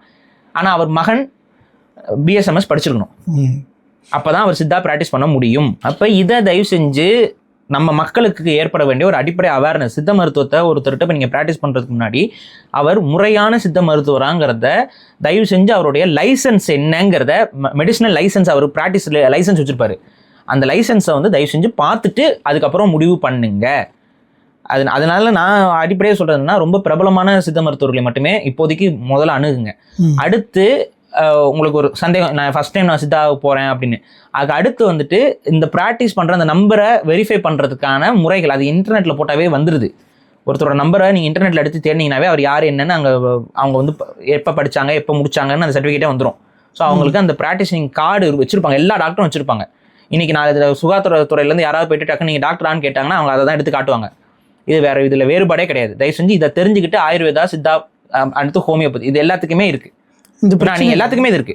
இந்த பிரச்சனை இல்லைன்னா இந்த இயற்கை மருத்துவர் வந்து பொறுப்பெடுத்துக்கணும், அந்த சேனல் பொறுப்பெடுத்துக்கணும்னு சொல்லிட்டு சில பேர் வந்து முன்வைக்கிறாங்க மக்கள்கிட்ட. மக்களுமே சொல்றாங்க நீங்கள் தான் பொறுப்பெடுத்துக்கணும் அப்படின்னு சொல்லிட்டு. இதை பற்றி நீங்கள் என்ன நினைக்கிறீங்க? இல்லை, இது மிக மிக ஒரு அருவருக்கத்தக்க ஒரு விஷயமா தான் நான் பார்க்குறேன். காரணம் என்ன அப்படின்னா, இப்போ குழந்தைகளை எப்படி பெற்றுக்கொள்ளணும் அப்படின்னு சொல்லி மகப்பேறு மருத்துவர்கள் எத்தனை காணொலிகள் இப்போ போட்டுட்ருக்காங்க. குழந்தைக்கு இப்படின்னா அதுங்க, இதுக்கு இப்படிங்க, அதுக்கு இப்படி திருப்பணுங்க, அது அப்படி செய்யணுங்க, இந்த மாதிரி இருக்கணுங்க, அது இருக்கணுங்க, இதெல்லாம் அவங்க சொல்கிறாங்க. இதெல்லாம் எதுக்குன்னா உங்களுக்கு அவேர்னஸ் கொடுக்குறது. ஆனால் அவங்க பேச்சை கேட்டுட்டு நானாக அதையும் பண்ணிக்குவேன் அப்படின்னா அதுக்கப்புறம் அது உங்கள் பொறுப்பு. அதுலேயும் வந்து அதனால வந்து இவருக்கு அப்படிலாம் பொறுப்புலாம் யார்கிட்டையும் கேட்டுட்டு முடியாது. ஒருத்தர் விஷயத்த சொல்கிறாங்க, அந்த விஷயத்தை பார்த்து ஒருத்தர் செய்கிறது அவருடைய முழுமையான அவங்க நம்பிக்கையின் அடிப்படையில் அவங்க பண்ணுறாங்க. அதுக்கு எப்படி இவங்க பொறுப்பாக முடியும்? இப்போ இவர் வந்து காசை வாங்கிட்டு இந்த பண்ணுமான்னு சொல்லி அவர் கொடுத்துருக்காரு, அவர்கிட்ட அவங்க மருந்து வாங்கியிருக்காங்க, அவர் வந்து இதை பண்ணுமான்னு சொல்லி அனுப்பியிருக்காரு, சொல்லியிருக்காரு, கான்டாக்டில் இருந்தார், பர்சனலாக ப்ரிஸ்கிரைப் பண்ணியிருக்காருன்னா நீங்கள் வந்து அவர்கிட்ட கேள்வியாக கேட்கலாம். 19 ஒருத்தர் காணொலி பேசிக்கிட்டு இருக்கிற போது நீங்கள் தான் அதுக்கு பொறுப்பேற்றுக்கணும்னா இது எவ்வளோ அருவருக்கு. அதாவது என்னன்னா, சித்த மருத்துவர்கள் யாரும் வந்து எதையும் பேசக்கூடாதுன்னு நினைக்கிற அயோக்கிய கும்பல் பண்ணுற வேலை இது. அவரு நான் இதுதாங்க நீங்க சொன்னதை தான் அவரும் சொல்றாரு. ம். ஆனா இல்ல நீங்க பொறுப்பெடுத்துக்கணும், நீங்க அலட்சியமா இருக்கிறீங்க நீங்க அப்படின்னு ஃபோர்ஸ் பண்றாங்க. இல்ல அதுதான் நான் தான் சொல்றேன், சித்த மருத்துவர்கள் யாரும் வெளியில வந்து பேசக்கூடாது. ம். வெளியில வந்து பேசினா தானே இதுக்கு இந்த நோய்க்கு இந்த இது மருந்து இருக்கு, அந்த நோய்க்கு இந்த மருந்து இருக்குன்னு இவங்கெல்லாம் பேசிட்டு இருக்காங்கல்ல. இதெல்லாம் பேசுறதுனால தானே இது வெளியே வருது. அது எப்படிங்க ஒரு விஷத்தன்மை கொண்ட ஒரு பவுடர் எப்படிங்க மருந்தா இருக்க முடியும், எப்படிங்க மருந்தா இருக்க முடியும்ங்கிறது தான் இவங்க கேள்வியே. இப்போ நான் கேட்டேன்ல, இதுக்கு பதில் எதா இருக்கா? கீரிப்பூச்சிக்கு சாப்பிட்ற மருந்துல என்னப்பா இருக்குது? விஷத்தன்மை தானே யாருக்கு? வயிற்றுப்பூச்சி போகிறதுக்கு மருந்துக்கு விஷத்தன்மை இருக்குது. வயிற்றுப்பூச்சிக்கு மட்டும் இல்லை, நீங்கள் இன்னும் அலோபதி மெடிசன்ஸ்லாம் நீங்கள் எடுத்து பார்த்தீங்கன்னா பல மருந்துக்கு பின்னாடி விஷத்தன்மை கொண்ட மருந்துகள் இருக்கு. டாக்ஸின்ஸ், அதாவது தனிப்பட்ட ரீதியாக அது டாக்ஸின்ஸ், ஆனால் அதோட அளவை குறைச்சு அது மைல்ட் ஆக்கி அதை டைல்யூட் ஆக்கி நமக்கு மருந்தாக கொடுத்து கொண்டு தான் இருக்கிறார்கள். நமக்கு அது மருந்தாக எடுத்துக்கிட்டு தான் இருக்கிறோம். பல மருந்துகள் இப்போ வேப்ப எண்ணெய்ங்கிறோம். அந்த வேப்ப எண்ணெயில் இருக்கிறது என்ன? அது ஒரு விதமான விஷத்தன்மை கொண்ட விஷயம் தான். அது சின்ன சின்ன பூச்சிகளுக்கு விஷமா இருக்குது, நமக்கு அது மருந்தா இருக்குது. அப்ப அதோட தன்மையை பொறுத்து தான் அதை நம்ம பயன்படுத்துறது. அதோட அளவு ரொம்ப ரொம்ப முக்கியம். அந்த அளவை வந்து அவங்க அதுல சொல்றது கரெக்டான அளவு தான் சொல்றாங்க. ஆனா அது நம்மளா போய் ப்ரிப்பேர் பண்ணுவாங்கன்னு யாரு அது எப்படி ப்ரிப்பேர் பண்ணணுங்கிறத அவங்க சொல்றாங்க. இதையும் நீங்க சொல்லக்கூடாது அப்படின்னா இது எப்படி இருக்கும் கொஞ்சம் யோசிச்சு பாருங்க. இவங்க அலோபதியிலானா இவங்க என்ன வேணாலும் வீடியோ போடுறாங்க, அதனால நிறைய எஃபெக்ட் வருது பின்னாடி. அலோபதியில மருந்து தயாரிக்கிறத காட்டுறாங்களா இல்லையா? அதனால ஒருத்தன் மருந்து தானா தயாரிச்சு சாப்பிட்டானா அதுக்கு அலோபதி பொறுப்பு இருக்கணும்னா இது எந்த விதத்துல இவங்க இப்படி பேசுறாங்க? அதான் நான் சொல்றேங்க, இந்த மாதிரி பேசுறவங்களுடைய அடிப்படை என்னன்னா சித்த மருத்துவத்தின் மீது ஒரு வெறுப்பை அவங்க வளர்த்து வச்சிருக்காங்க. அது வந்து அவங்க என்னன்னா அவங்க அதுல எந்த விதமான டாக்டரையும் அவங்க சந்திச்சிருக்க மாட்டாங்க, சித்த டாக்டர்ஸை சந்திச்சிருக்க மாட்டாங்க. அதனால எந்த ஒரு இதுவும் இருக்காது. சிலருக்கு வந்து என்ன சந்திச்சிருப்பாங்க, அவங்களுக்கு வந்து அது குணமாயிருக்காது. குணமான உடனே அவங்களுக்கு ஒரு வெறுப்பை வந்து அவங்க மனசுல வளர்த்துக்கிறது, இதனால நான் குணமாகலைன்னு. சித்த மருத்துவத்தை பொறுத்த வரைக்கும் நாடி பார்ப்பாங்க. நாடி பார்த்து அவங்களுடைய உடம்பு கப உடம்பா பித்த உடம்பா இந்த மாதிரி அவங்க 3 உடம்பு பிரிவு இருக்கும். அந்த இதெல்லாம் பார்த்துட்டு இந்த உடம்புக்கு எவ்வளோ கொடுக்கணும், இந்த உடம்புக்கு எந்த மருந்து கொடுக்கணும், இந்த மாதிரி அதில் வேரியேஷன்ஸ் இருக்கும். இந்த பற்பம் இந்த மாதிரியான விஷயங்கள் எல்லாம் வந்து ரொம்ப அக்யூரேட்டாக சித்தா படித்து ப்ராப்பரான ப்ராக்டிசிங் டாக்டர்ஸ் தான் ப்ரிஸ்கிரைபே பண்ணணும். இது வந்து சும்மா ஹோம் ரெமெடி இல்லை. இவைகளை வந்து ஹோம் ரெமெடியா பார்க்கக்கூடாது. இந்த பெண்மணி அப்படி தவறா புரிஞ்சுக்கிறாங்க. இது வந்து புரிதல் பிழை. அவங்கள நம்ம குறை சொல்லலை, அது ஒரு அறியாமையோடைய வெளிப்பாடு, ஒரு விபத்து மாதிரி. அது விபத்து மாதிரி அறியாமையோட வெளிப்பாடு. தயவு செஞ்சு யாரும் அதை செய்யாதீங்கன்னு நம்ம சொல்லணும். அவங்க வந்து என்ன பண்ணியிருக்காங்க, வந்து வெங்காரம் அப்படின்னோடனே அவங்க வந்து ஏதோ ஒரு இது போல அதை வந்துட்டு பற்பம்னா அது வந்து வருத்தம்னா அதில் இருக்க நீர் சத்தி போகும், அது அப்புறம் பொடியாக்கணும். அதை பொடியாக்கணுன்னே அதுக்கு அடுத்து வந்து நம்ம இப்படி எடுத்துக்கிட்டோம்னா அது உடம்பு குறைஞ்சிடும்னு அவங்க நம்பியிருக்காங்க. ஸோ இது இன்னொன்று என்னென்னா, உடல் எடை அதிகமாக போகிறது அதை குறைக்கிறதுங்கிறதுக்கு மருந்துகளை சாப்பிடணுங்கிற ஒரு சிந்தனை வருது பாருங்க. இது எங்கேருந்து வருது? முதல்ல உடற்பயிற்சி பண்ணணும். முதல்ல என்னென்னா, நீங்கள் என்ன உணவு சாப்பிட்றீங்க இதெல்லாம் நீங்கள் கணக்கு வைக்கணும். எவ்வளோ கேலரிஸ் நீங்கள் சாப்பிட்றீங்க எடுத்துக்கிறீங்க, டயட் இருக்கணும், அந்த கண்ட்ரோல் பண்ணணும். அடுத்து உங்களுடைய ஆக்டிவிட்டி லெவல் என்ன மாதிரி ஆக்டிவிட்டிஸ் செய்கிறீங்க, எத்தனை மணி நேரம் ஓடுறீங்க, எத்தனை மணி நேரம் நடக்கிறீங்க, எத்தனை மணி நேரம் உடற்பயிற்சி பண்ணுறீங்க, இது ரெண்டையும் சரிசமமாக நீங்கள் பண்ண ஆரம்பிச்சிட்டிங்கன்னா உடல் யாருக்காக இருந்தாலும் குறையும். சில கண்டிஷன்ஸ் ரொம்ப ரேரான கண்டிஷன்ஸில் உடல் எடை வந்து அவங்க எல்லாமே கரெக்டாக பண்ணாலும் சில கண்டிஷன்ஸ் இருக்குது, அவங்களுக்கு அந்த உடல் எடை குறையாது. இவங்க வந்து அதுக்கான முறையான மருத்துவரை சந்தித்து அதுக்கான சிகிச்சை எடுத்துக்கொண்டு அவங்க உடல் எடையை கட்டுக்குள்ளே வச்சுக்குவாங்க. இவ்வளோதான் விஷயம். இதை வந்து புரிதல் இல்லாமல் நிறைய பேர் என்ன பண்ணுறாங்க, இந்த மருந்து சாப்பிட்டா உடம்பு குறைஞ்சிரும், அந்த மருந்து சாப்பிட்டா உடம்பு குறைஞ்சிரும்னு நினைக்கிறதே தப்பு. ஆனால் அந்த மருத்துவர் சொல்கிறாருங்க, நான் அந்த வீடியோவிலேயே வேகமாக உடல் எடையை குறைக்கணுமா, நீங்கள் இந்த மாதிரி போராக்ஸ் வெங்காரத்தை பயன்படுத்துங்க. அதாங்க சித்த மருத்துவத்தில் இருக்கக்கூடிய வழிகாட்டலில் உடல் எடை குறையிறதுக்கு மட்டும் கிடையாது. அந்த வெங்காரம்ங்கிறது இன்னும் வெவ்வேறு ஆன்டி இன்ஃப்ளமேட்டரி இந்த மாதிரி இன்னும் சில உடல் சார்ந்த நோய்கள், ஒரு சில அந்த சிறுநீர் அதாவது மலம் கழித்தலை அதிகரிக்கிறது, இந்த மாதிரியான விஷயங்களுக்கு எல்லாமே கூட அந்த மருந்தை வந்து ப்ரிஸ்கிரைப் பண்ணுறாங்க. அது உடல் எடை குறைப்பதற்கும் அந்த மருந்து வந்து பயன்படும். ஆனால் அதோட அவங்க அந்த அளவு ரொம்ப முக்கியம். இதில் இன்னொன்று, நான் இப்போ ஒரு சித்த மருத்துவர்கிட்ட நான் அழைச்சி பேசினேன், இதோட அளவு எந்த அளவுக்கு பயன்படுத்தலாம்னா, இதோட மேக்சிமம் டோசேஜே 500 மில்லிகிராம்ங்கிறார். ஒரு நபருக்கு இதோட மேக்சிமம் டோசேஜாவே 500 மில்லிகிராம் தான் கொடுப்போம், மேக்சிமம் டோசேஜ். சிலருக்கு வந்து 10 மில்லி, அவங்களுடைய உடல் தன்மைக்கு தகுந்த மாதிரி அவங்களுடைய அந்த இஷ்யூக்கு தகுந்த மாதிரி நாங்கள் பண்ணுவோம். இதை இந்த பற்பங்களை பற்றி பெரிய அளவு கொஞ்சம் தயக்கம் இருக்கக்கூடிய சித்த மருத்துவர்கள் இதை தவிர்த்துருவாங்க. ஆமாம். இதோடைய அந்த நுணுக்கம் தெரியாத சித்தா, அதாவது கொஞ்சம் சித்தாலே நல்லா ப்ராக்டிஸ் பண்ணிட்டு இருக்கக்கூடிய நல்ல இருக்க டாக்டர்ஸ் மட்டும்தான் பற்பங்களை அது கரெக்டாக அதை கணிச்சு இந்த உடம்புக்கு அது ஒத்து வருமா வராதா இந்த சந்தேகங்கள் இருக்கிறவங்கலாம் வந்து பற்பங்களை ப்ரிஸ்கிரைபே பண்ண மாட்டாங்கன்னு. ஸோ இதில் தெளிவு இருக்கிறவங்க மட்டும்தான் இந்த பற்பங்கள். ரெண்டாவது வந்து இது அங்கீகரிக்கப்பட்ட மருந்து தான். வெங்கார பற்பம் என்பது அங்கீகரிக்கப்பட்ட மருந்து. அது முறையான மருத்துவர்கிட்ட இருந்து வரணும், முறையான அந்த மருந்து தயாரிக்கிற கம்பெனிகிட்ட இருந்து வரணும். அந்த மருந்து தயாரிக்கிற கம்பெனி என்னங்க அப்படின்னா வேற ஒன்றும் கிடையாது, அது ஒரு சித்த மருத்துவரால் தான் தயாரிக்கப்படும். புரியுதுங்களா? அது அங்கீகரிக்கப்பட்ட சித்த மருத்துவரால் தயாரிக்கப்படுறது தான். அந்த நீங்களும் நானும் தயாரிக்க முடியாது அந்த வெங்காரத்தில் வெங்கார பற்பம். வெங்காரம்ங்கிறது அது காமன் நேம்ங்க. பற்பமா அது பற்பமாக்கி அதுக்கான முறைகளில் அதோட அளவை குறைச்சு அதுக்கு அப்போ கூட வந்து மூலிகை சாறுகளை அது வெறும் வெங்கார பற்பம் மட்டும் இருக்குல்ல, வெங்காரம் மட்டும் இருக்காது. அதில் அந்த வெங்காரத்தோட அளவை ரொம்ப மைல்டு பண்ணி டைல்யூட் பண்ணி அது கூட சில மூலிகையும் கலப்பாங்க. முள்ளங்கி இதெல்லாம் நம்ம கலந்து அந்த முள்ளங்கி சாறு இது எல்லாத்தையும் கலந்து தான் அந்த பற்பத்தை வந்து எடுக்கிறாங்க. அப்புறம் அந்த காயின் மாதிரி தட்டு மாதிரி போட்டு மாத்திரைகளாக மாற்றுவாங்க. அது எப்படி ஒரு மருந்து தயாரிக்கிறாங்களோ அதே மாதிரியான ஒரு மருந்து தயாரிப்பு முறை தான். ஆனால் அதை வந்து அவர் விலக்கி ஒரு காணொலி போட்டிருக்காரு. அதை போடும்போது கீழே டிஸ்க்ளைமர்லாம் இருக்குது, இது எப்படி ஒரு முறையான ஒரு சித்த மருத்துவரை பார்த்து இது பண்ணுங்கன்னு டிஸ்க்ளைமர் இருக்குது.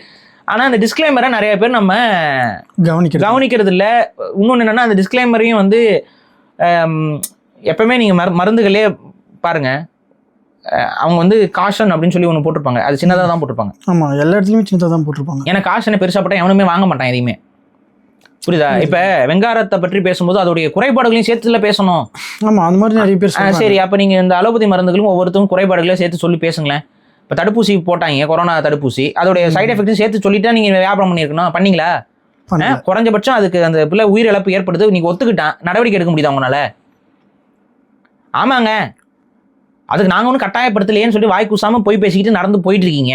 கண்ணு முன்னாடி தான் மக்கள் பார்த்துக்கிட்டு இருக்கீங்க. ஆனால் உடனே இவங்க மட்டும் சித்த மருத்துவர்கள் மட்டும் அப்படியே எல்லாத்தையும் வந்து இது பொறுப்பு எடுத்துக்கிட்டு அவங்க ஜெயிலில் போய் உட்காந்துக்கணும், அவங்களோட வாழ்க்கையவே அழிச்சிடணும். இது என்ன நோக்கம் பாருங்க, எவ்வளவு வன்மமான நோக்கம் பாருங்க. மக்களுக்கு நான் லாடம் கட்டணும், உள்ள தூக்கி போட்டு அரெஸ்ட் பண்ணணும், தண்டனை கொடுக்கணும், இந்த மாதிரிலாம் கமெண்ட். இப்போ ஒரு போலி மருத்துவராக இருந்தால் நீங்கள் அதை செய்யலாம். அவருக்கான முறைப்படி சான்றிதழ் பெற்ற மருத்துவராக இருந்தால் எப்படி நீங்கள் அதை செய்ய முடியும்? அவருக்கு எத்தனை பேர் ஹாஸ்பிட்டலில் உயிரிழந்தவங்களுக்கு டாக்டரை போய்ட்டு அடிச்சுட்டு இருந்தீங்க? எத்தனை பேர் டாக்டர் போய் கைது பண்ணீங்க? எத்தனை டாக்டர் கைது பண்ணீங்க? இப்போ ஒரு குழந்தையோட கால் போயிடுச்சுன்னு சொல்லி ஒரு காவல்துறை இப்போ போராடிக்கிட்டு இருக்காருல்ல, போய் கைது பண்ணிட்டீங்களா அந்த டாக்டரை? அது முறையாது. அப்போ ஏன்பா ஒரு மருத்துவத்துக்கு இந்த எல்லா பெனிஃபிட்டையும் கொடுத்து வச்சிருப்பீங்க, மெடிக்கல் எரர்னு ஒரு டேர்மையே உருவாக்கி வச்சுக்கிட்டு எல்லாம் காப்பாற்றிக்கிட்டு இருப்பீங்க. அலட்சிய போக்கில் உயிர் போனால் கூட அது என்னங்க பண்ண முடியும் அப்படின்ட்டு கடந்து போக சொல்லுவீங்க.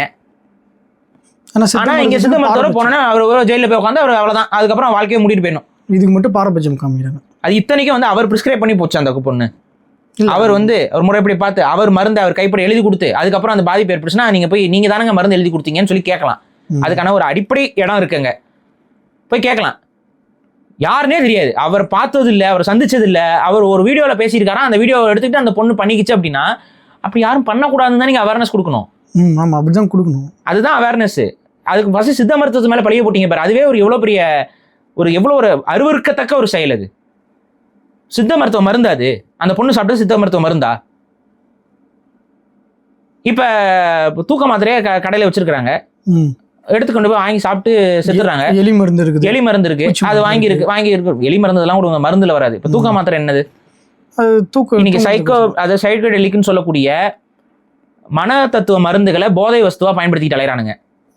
மாத்திரைன்னு சொல்றாங்கல்ல, அதுக்கெல்லாம் கானா பாட்டுலாம் போட்டாங்க, கானா பாட்டுலாம் பாடிக்கிட்டு இருக்காங்க அந்த மாத்திரைக்கு. இப்ப நான் கேட்கறது, இப்ப இதெல்லாம் எந்த டாக்டர் போய் அது பண்றது? இது மருந்துயா? மருந்தே அவன் தப்பா பயன்படுத்துறான், அவனுக்கு புரிதல் இல்ல அவன் வந்து தவறாவே பயன்படுத்தணும்னு அதை பண்றான். இப்ப தவறுதலா நம்மளே போய் மருந்து பிரிஸ்கிரிப்ஷன் இல்லாம ஒரு மருந்து சாப்பிட்டு நமக்கு செத்து போயிட்டோம் அப்படின்னா இதுக்கு யாருங்க, எந்த டாக்டருங்க பொறுப்பு சொல்ல முடியும்? அவர் தான் அது சொன்னாரு, நம்ம சொல்ல முடியுமா? முடியாது. இந்த மருந்தை தான் அவர் வேற ஒருத்தவங்களுக்கு பிரிஸ்கிரைப் பண்ணாரு, அதனால நான் போய் அதை சாப்பிட்டு செத்து போயிட்டேன் அப்படின்னா இது அந்த பெண்மணி அந்த இடத்துக்கு தள்ளப்பட்டது வேதனை, தன் உடல் எடை, அது யாரு என்ன சொன்னாங்கன்னு தெரியல. அப்படி யாராவது அந்த பெண், அவங்க ஒன்றும் பெருசாகவும் உடல் பருமனா இருக்க மாதிரி என் கண்ணுக்கு தெரியல. அவங்க யாரு என்ன சொன்னாங்கன்னு தெரியல. அந்த பொண்ணு பாவம், அதுவே வந்து கொஞ்சம் முறைப்படி இன்னும் கொஞ்சம் ஆய்வு பண்ணியிருந்தாங்கன்னா, அவங்களே இன்னும் மற்ற எத்தனையோ சேனல்களில் உடல் எடையை குறைப்பதற்கு ஆயிரக்கணக்கான வழிமுறைகளை சொல்லிட்டு இருக்கிறாங்க. அப்போ அதுக்கு தகுந்த மாதிரி அவங்களோட மெட்டாபாலிசத்தை மாற்றுற மாதிரி கொஞ்சம் கொஞ்சமாக அவங்க முயற்சி எடுத்திருந்தாங்கன்னா உடல் எடை குறையிறது ஒரு பெரிய விஷயம் இல்லை. கலோரிஸை உள்ளே போகிற கலோரிஸை அளவு கண்ட்ரோல் பண்ண ஆரம்பிச்சிங்கன்னா நீங்கள் எடுக்கிற ஒவ்வொரு உணவும் அதுக்குன்னு ஒவ்வொரு சத்துக்கள் இருக்குது. புரோட்டீனு, கார்போஹைட்ரேட்ஸ் இதெல்லாம் இருக்குது. அடிப்படையாக நம்ம இந்திய உணவுகளில் கார்போஹைட்ரேட்ஸ் அதிகமாக இருக்குது. நம்ம உணவில் இந்த கார்போஹைட்ரேட்ஸ் நம்ம அதிகமாக எடுத்துக்கும் பொழுது என்ன ஆகுதுன்னு பார்த்தீங்கன்னா அது வந்து ரொம்ப சுலபமாக வந்து நம்ம எக்ஸஸான அந்த கேலரிஸை தாண்டிடுறோம். ஒரு சாப்பிட்ற அளவுக்கான அந்த கேலரிஸ் வந்து கார்போஹைட்ரேட்ஸ் அதிகமாக எடுத்துக்கும் போது நம்ம ஏறிடுறோம். புரோட்டீனை அதிகமாக உங்களால் ஒரு நாளைக்கு நீங்கள் நினச்சாலும் பெருசாக திங்க முடியாது, புரியுதுங்களா? ஏன்னா அதிகமாக யாரும் வந்துட்டு ஒரு டெய்லியும் வந்து ஒரு கிலோ சிக்கன் நான் சாப்பிட்றேங்க அப்படின்னு சாப்பிட முடியாது. ஏன்னா புரோட்டீன் மட்டும் பியூர் ப்ரோட்டீனாக நீங்கள் எடுத்துக்கும் பொழுது இது பண்ணும்பொழுது ஆட்டோமேட்டிக்காக என்ன ஆகும்னு பார்த்தீங்கன்னா உங்களோட கலோரி கவுண்ட் வந்து ரொம்ப கம்மியாக இருக்கும், புரியுதா? அதையும் நீங்கள் வந்து எண்ணெயில் போட்டு வறுத்து வாட்டி அதில் வந்து அது கூட சாப்பிடும்போது உருளைக்கிழங்கு சைட் டிஷ்ஷாக வச்சு சாப்பிட்டீங்கன்னா கலோரி சேரும். அப்போ எதை எப்படி சாப்பிடணும் அப்படிங்கிற அடிப்படையெல்லாம் கரெக்டாக உணர்ந்து நம்ம உணவில் எவ்வளோ கலோரிஸ் இருக்குங்கிறத கணக்கிடுறதுக்கு ஒரு அடிப்படையான ஒரு அவேர்னஸை நம்ம வளர்த்துக்கிட்டோம்னாவே ஒரு நாளைக்கு நம்மளோட ஹைட்டுக்கு ஒரு கலோரி அளவுன்னு இருக்கும். அது நெட்டில் கூகுளில் தேடிங்கனாவே கிடச்சிரும். இந்த உயரத்துக்கு இவ்வளோ கலோரிஸ் ஒரு நாளைக்கு சாப்பிடணும் அப்படின்னு. அந்த கலோரிஸ் நம்ம உடம்புக்குள்ள போயிட்டு இருந்துச்சுனாவே நம்ம தானாகவே உடம்பு குறையும். இது கூட உடம்புல இருக்கக்கூடிய எக்ஸஸ் ஃபேட் இருக்குல்ல, நம்ம கொழுப்பு சத்து தான் நம்மளோட உடம்ப பருமனாக காட்டுது. அந்த கொழுப்பு சத்தை குறைக்கிறதுக்கு ஓடுதல், ஆடுதல், இல்லை வந்து நம்ம ஃபிசிக்கல் ஆக்டிவிட்டி, எக்ஸசைஸ் இதை நீங்கள் அதிகமாக செய்யும் பொழுது என்ன ஆகும்னு பார்த்தீங்கன்னா ஆட்டோமேட்டிக்காக கொழுப்புங்கிறது ஒன்றும் இல்லைங்க, நம்ம உடம்பு நமக்கு தேவைப்படுமேன்னு சொல்லி ஒரு இடத்துல சேர்த்து வச்சிருக்குது, எனர்ஜியை உருவாக்குறதுக்கு ஸ்டோர் பண்ணி வச்சிருக்கு. நமக்கு இயற்கையாக கிடைக்கிற உணவு கிடைக்கல அப்படின்னா ஆட்டோமேட்டிக்காக அதுலேருந்து எனர்ஜியை வந்து எடுத்து அது வந்து செலவு பண்ண ஆரம்பிக்கும். இதுலேயும் இன்னொரு அடிப்படையில் என்னன்னா அந்த வாட்டர் டயட்லாம் ஒன்று இருக்குது. ஆனால் இந்த வாட்டர் டயட்டும் தானாலாம் பண்ணக்கூடாது. அதுவும் ஒரு முறையான ஒரு டாக்டர்கிட்ட கேட்டு நம்ம உடம்புக்கு வேற ஏதாவது பாதிப்பு இருக்கா, சில நீரிழிவு நோய் இப்போ ஏற்பட்டவங்களுக்கு போனவங்களுக்குலாம் வாட்டர் டயட்லாம் எடுத்துக்கக்கூடாது, அவங்களுக்கு இன்னும் அந்த கண்டிஷனை அதிகரிச்சிடும். அப்போ இதுக்கெல்லாம் அந்த ப்ராப்பரான கைடன்ஸ் இருக்குது. இப்போ நடிகர் விக்ரம் வந்து பார்த்தீங்கன்னா ஒரு சில படங்களை உடம்பு ஏற்றுவார், சல்லுன்னு இறங்கியிருப்பார். எப்படி அவர் சாத்தியப்படுத்துறாரு? அவர் முறையான டாக்டர்கிட்ட கேட்டுட்டு வாட்டர் டயட் எடுப்பார். வாட்டர் டயட் எடுக்கும்போது அந்த ப்ராப்பராக அது என்ன ஏது, அவங்க வைட்டல் ஆர்கன்ஸ் எதுவும் ஆயிராத மாதிரி அதுக்கான சப்ளிமெண்ட்ஸ் இதெல்லாம் கரெக்டாக எடுத்துக்கிட்டு அந்த வாட்டர் டயட் எடுப்பார். சல்லுன்னு இறங்கிடுவார். உடம்பு சல்லுன்னு ஏறணுமா, சல்லுன்னு ஏற்றிடுவார். இதெல்லாம் என்னன்னா முறையான நபர்கள் அவருக்கு ஆலோசனை கொடுப்பதற்கு ஆள் இருக்காங்க. இதை நம்ம பார்த்துக்கிட்டு விக்ரம் அப்படி செய்கிறாரு நம்மளும் அப்படி செய்கிறோம்னு சொல்லிட்டு நம்ம வந்து கடந்தோம் அப்படின்னா அந்த முறையான புரிதல் இல்லைங்கும் போது நமக்கு வந்து பேக் ஃபயர் ஆயிரும். செல்ஃப் கேர் தேவை. நாமே நம்ம உடம்பை சரி செஞ்சுக்க முடியும், இது பண்ணிக்க முடியும். அந்த அவேர்னஸ் தேவை. ஆனால் அந்த அவேர்னஸ் அளவுக்கு நமக்கு அறிவும் தேடலும் அதிகமாக இருக்கணும். ஒரு விஷத்தன்மை கொண்ட ஒரு பொருளை நம்ம எடுத்து பயன்படுத்துகிறோம் அப்படிங்கிறதே தெரியாமல் அது ஏதோ ஒரு மருந்து பொருள் நினச்சி தான் அந்த பெண்மணி பயன்படுத்தியிருக்கிறாங்க. அப்போ இன்னொன்று என்னென்னா அது சொல்கிறவங்களும் ஒரு விஷயம் இன்னும் கொஞ்சம் அழுத்தம் திருத்தமாகவும் சொல்ல கற்றுக்கொள்ளுங்கள், புரியுதா? ஏன்னா சித்த மருத்துவத்துக்கு அந்த பாதிப்பு நிறைய இருக்கு. ஏன்னா சித்த மருத்துவம்ங்கிறது வந்து ஒரு தமிழ் மருத்துவம், மக்களுக்கான ஒரு பொது மருத்துவம். அதை யாரும் வந்து உரிமை கோரிட முடியாது, யாரும் வந்து அதுக்கு வந்து அத்தாரிட்டி எடுத்துட முடியாது. ஆனால் அதை முறைப்படுத்தணும். அந்த அத்தாரிட்டி எடுக்க முடியாதுங்கிற ஒரு சிச்சுவேஷன் இந்த சித்த மருத்துவத்துக்கு இருக்குங்கிறனால யார் வேணாலும் அதை செய்வதற்கான அணுகுமுறை நம்ம ரொம்ப சுலபமாக இருக்குங்கிறனால யார் வேணாலும் அதை செஞ்சலான்னு எடுத்துக்க முடியாது. நமக்கு அதில் அனுபவம் இருக்கணும். சின்ன சின்ன குறிப்புகள் அது வேற, சின்னதாக நம்ம இந்த நான் சொன்னேன்ல இந்த மாதிரி வேப்பிலை எடுத்து வாயில போடுறது இதெல்லாம் வந்து எந்த பாதிப்பும் தரப்போறது நம்ம உடம்புக்கு. அதனால நம்ம வந்து அதை வந்து அது மாதிரியான டிப்ஸுங்கிறது வேற. அது வந்து நாட்டு வைத்தியம்னு சொல்லுவாங்க. நாட்டு வைத்தியம்ங்கிறது வேற, சித்த மருத்துவம்ங்கிறது வேற. சித்த மருத்துவங்கிறது காம்ப்ளிகேட்டட், நாட்டு வைத்தியங்கிறது ரொம்ப இயல்பாக நம்ம பரம்பரையா கேட்டுக்கிட்டு வந்த சில விஷயங்கள், பாட்டி தாத்தாவே அந்த பிறலி என்ன இந்த மாதிரியான சில விஷயங்கள், சின்ன சின்ன விஷயங்கள் அதை நம்ம அக்செப்ட் பண்ணிக்கலாம். அதையும் இன்னைக்கு இருக்கிற அறிவியலோடு அறிவுக்கு உட்படுத்தி அதை ஒரு பல மடங்கு. நான் இன்னைக்கு ஒன்று பார்க்குறேங்க, தேன் வந்து என்ன இயற்கையாக கிடைக்கிற ஒரு விஷயம், ஒரு பொருள். அதை வந்து நம்ம தமிழ்நாட்டில் வந்து பார்த்தீங்கன்னா தேனை தொட்டு குழந்தைங்க வாயில வைக்கிறதுங்கிறது இயல்பான ஒரு பழக்கமாக இருக்கு. இப்போ என்ன ஆகுதுன்னு பாருங்க, திடீர்னு ஒரு குழந்தைக்கு வந்து ஒரு குழந்தை கூட இல்லை, ஒரு 4 வயசு 5 வயசு பையன், அந்த பையனுக்கு வந்து அவங்க வீட்டில் தேன் கொடுத்துருக்காங்க. அடுத்து பார்த்தீங்கன்னா அந்த பையன் வந்து பேச்சு மூச்சு இல்லாமல் விழுந்துட்டான். தேன் கொடுத்துருக்காங்க, நல்ல தேன் தான், ஆனால் அந்த பையன் வந்து பேச்சு மூச்சு இல்லாமல் ஆயிட்டான். என்னன்னு சொல்லி டாக்டர்கள் அப்புறம் ட்ரீட்மெண்ட்லாம் கொடுத்து அந்த பையனை காப்பாற்றிட்டாங்க. அப்புறம் ஆய்வு செஞ்சு பார்க்கும்போது அந்த தேனில் ஒரு என்ன சொல்றது ஒரு பாக்டீரியா இருந்திருக்கு. அந்த பாக்டீரியா பெரியவங்க சாப்பிடும் பொழுது நம்ம உடம்புல அது பொறிக்கிறது இல்லை, அந்த பாக்டீரியா வந்து ஆக்டிவ் ஆகுறது இல்லை, ஆட்டோமேட்டிக்காக அது வந்து அந்த ஒரு அந்த பாக்டீரியல் ஸ்போர்னு சொல்லுவாங்க, அது முட்டைன்னு வச்சுக்கோங்களேன், பாக்டீரியாவோட முட்டைன்னு வச்சு கணக்கு வச்சுக்கோங்க. முட்டை கிடையாது, ஸ்போர்னா அது அந்த பாக்டீரியா வந்து தானே அடக்கி கொண்டு இருக்கும். அந்த மாதிரி ஒரு பாதுகாப்பு வட்டத்துக்குள்ள இருக்கும். அது விழுந்து வெளியில் வந்தால் தான் ஆக்டிவ் ஆகும். அது தனக்கான சாதகமான சூழல் வரும்போது அது ஆக்டிவ் ஆகி அது பரவும், இனப்பெருக்கமாகும். அப்போ தான் அந்த பாக்டீரியா வந்து பரவுறது. இந்த வகையான அந்த பாக்டீரியாக்கள் வந்து பெரியவங்க சாப்பிடும்போது அந்த ஸ்போராகவே இருந்தாலுமே நமக்கு பாதிக்கிறது இல்லை, அப்படியே கடந்து போயிடுது. ஏன்னா அதுக்கான நோய் எதிர்ப்பு நம்மகிட்ட இருக்கனால அந்த ஸ்போரே ஆக்டிவ் ஆகுறது இல்லை. ஆனால் இந்த குழந்தைக்கோட உடம்புகளில் அந்த ஸ்போர் வந்து ஆக்டிவ் ஆயிடுச்சு, புரியுதா? அப்போ அந்த பாக்டீரியா வந்து வயிற்றுல வளர ஆரம்பிச்சிருது. இந்த பாக்டீரியா வளர்றதுல என்ன பிரச்சனைனா, இந்த பாக்டீரியாவுடைய ஒவ்வொரு பாக்டீரியாவும் ஒவ்வொரு மாதிரி நச்சுத்தன்மையை வந்து வெளிப்படுத்தும். இப்போ நான் சொல்றேன்ல, இந்த நமக்கு பால் தயிராக மாறுறதுக்கு காரணம் பாக்டீரியா தான். வந்து சாராயம் ஆல்கஹாலை உற்பத்தி பண்ணி கொடுக்கறதும் ஒரு வித பாக்டீரியாக்கள் தான். அதே போல இந்த வகை பாக்டீரியா வயிற்றுக்குள்ள போய் காலனி ஆன உடனே அது என்ன பண்ணுதுன்னு பார்த்தீங்கன்னா ஒரு நியூரோடாக்சினை உருவாக்குது. நியூரோடாக்சின்ங்கிறது என்னன்னா நரம்பு மண்டலத்தை முடக்கக்கூடிய விஷத்தன்மை. ஒரு பாம்பு கடிச்சா என்ன ஏற்படுமோ அந்த மாதிரியான விஷத்தன்மையை ஒரு குழந்தையோட வயிற்றுல வந்து இது வந்து உற்பத்தி பண்ணுது. இந்த தேன் சாப்பிட்டோன்னே வயிற்றுல அது பெருகி இந்த இது உற்பத்தி ஆன உடனே அந்த குழந்தை நியூரோடாக்சின்ங்க. ஸோ பேச்சு மூச்சு இல்லாமல் மூளை செயலேருந்து உடம்பு செயலேருந்து அப்படியே விழுந்துருது. இறைவனோட கிருபையில் அந்த குழந்தை என்பது மருத்துவர்களால் பத்திரமாக காப்பாற்றப்பட்டு விட்டார்கள். பட்டுட்டு அப்போ அவங்க சொல்கிறாங்க ஒரு அவேர்னஸை. அதனால குழந்தைங்க ஒரு குறிப்பிட்ட வயசு ஒரு 5-6 வயசு வர வரைக்கும் தேன்லாம் கொடுக்கறத அவாய்ட் பண்ணுங்கிற ஒரு விஷயத்த நமக்கு கொடுக்குறாங்க. புரியுதா? புரியுது. ஒரு தேன்கிறது இயற்கையாக கிடைக்கிற ஒரு உணவு தான். ஆனால் அந்த உணவுக்கு பின்னாடி இப்படி ஒரு விஷயம் இருக்குங்கிறது நம்ம இன்னைக்கு பார்க்குறோம். இது இன்னைக்கு மட்டும் இல்லை, இன்னைக்கும் இருந்திருக்கும். அதில் ஒரு சில குழந்தைகளுக்கு எதிர்ப்பு சக்தி இருக்கலாம், ஒரு சில குழந்தைகளுக்கு எதிர்ப்பு சக்தி இல்லாமல் இருக்கலாம். இயற்கை இப்படிதான். இப்போ இந்த யூடியூப்ல மருத்துவம் படிச்சவங்க வீடியோ போடலாம் ஓகேனா, அலோபதியில் பார்த்தீங்கன்னா இப்போ மருத்துவம் படிச்சவங்க தான் வீடியோ போட்டுருப்பாங்க. ஆனால் சித்த மருத்துவத்தில் யார் வேணாலும் வீடியோ போடுற மாதிரி தான் இருக்குது. அது பண்ண ஒரு புத்தகத்தை படிச்சுட்டு போடுறாங்க. அது பண்ணாமல் பார்த்துக்கோங்க. இப்போ இவங்க பேசினவங்க சித்த மருத்துவம் படிக்காதவங்களாக இருந்தாங்கன்னா இவங்களை நீங்கள் முறைப்படி போய் கைது பண்ணலாம், முறைப்படி நீங்கள் இவங்க மேலே நடவடிக்கை எடுக்கலாம். சித்தா பிராக்டிஷனராக இருந்தாங்கன்னா நீங்கள் என்ன முடியும்? எதுவும் பண்ண முடியாது. இது வந்து அவங்க சொல்றது வந்து இந்த மருந்து இப்படி தயாரிக்கிறாங்கன்னு சொல்றது வந்து இதோட ஒரு அறிவு பர்பஸுக்கு தானே ஒழிய அதை உடனே போய் தயாரிக்கணுங்கிறதுக்காக கிடையாது. இப்போ புரியுதா? இன்னைக்கு நீங்க வந்து யூடியூப்ல வந்து துப்பாக்கி செய்யறது எப்படின்னு இருக்குது, நம்ம அணுகுண்டு செய்யறது எப்படின்னு இருக்குதுங்க. நம்ம தேடவே ஹவு அட்டாமிக் பாம் ஒர்க்ஸ்னு போட்டு பாருங்க, ஹவு நியூக்ளியர் ரியாக்டர் ஒர்க்ஸ்னு போய் தேடி பாருங்க. எக்ஸ்பிளைன் பண்றதுக்கு அத்தனை வீடியோக்கள் இருக்கும். இது எதுக்கு? அறிவு வளர்த்துக்கணுங்கிறதுக்காக. ஓ இது இப்படி தயாரிக்கிறாங்க, துப்பாக்கினா இப்படி தயாரிக்கிறாங்க, குண்டுனா இப்படி தயாரிக்கிறாங்க, வந்து இதே போல டாக்ஸின் விஷம் தயாரிக்கிறது எப்படின்னு இருக்கும், ஆப்பிள் விதைகளை பயன்படுத்தி விஷம் தயாரிக்கிறது எப்படின்னு யூடியூப்ல வீடியோ இருக்கும். இது அறிவியலுக்காக போடப்பட்டது. இது வந்து நீங்க இப்படிதான் பார்க்கணும். அது ஏதாவது ஒரு சூழ்நிலை யாருக்காவது அது கை கொடுக்குங்கிற அடிப்படையில் அறிவு தேடல்ங்கிறது இப்படிதான். புரியுதுங்களா? அதை நீங்க எவ்வாறு பயன்படுத்துகிறீர்கள்? உங்ககிட்ட ஒரு கத்தி இருக்கு, அந்த கத்தியை நீங்க தக்காளி வெட்டுறதுக்கு பயன்படுத்துறீங்களா, செயின் பறிக்கிறதுக்கு பயன்படுத்துறீங்களாங்கிறத பொறுத்து தான் நீங்க தமிழரா திராவிடராங்கிறத நம்ம பிரிச்சு பார்க்க முடியும். அதாவது நான் ஒரு எடுத்துக்காட்டுக்கு சொல்றேன். எடுத்துக்காட்டுக்கு அப்ப அது போல இது இது இது எதுக்கு நம்ம பயன்படுத்துறோம்? இந்த அறிவை நம்ம எதுக்கு பயன்படுத்துறோம், எப்படி பயன்படுத்துறோம், இதுதான் இங்க பார்க்கப்படணும்.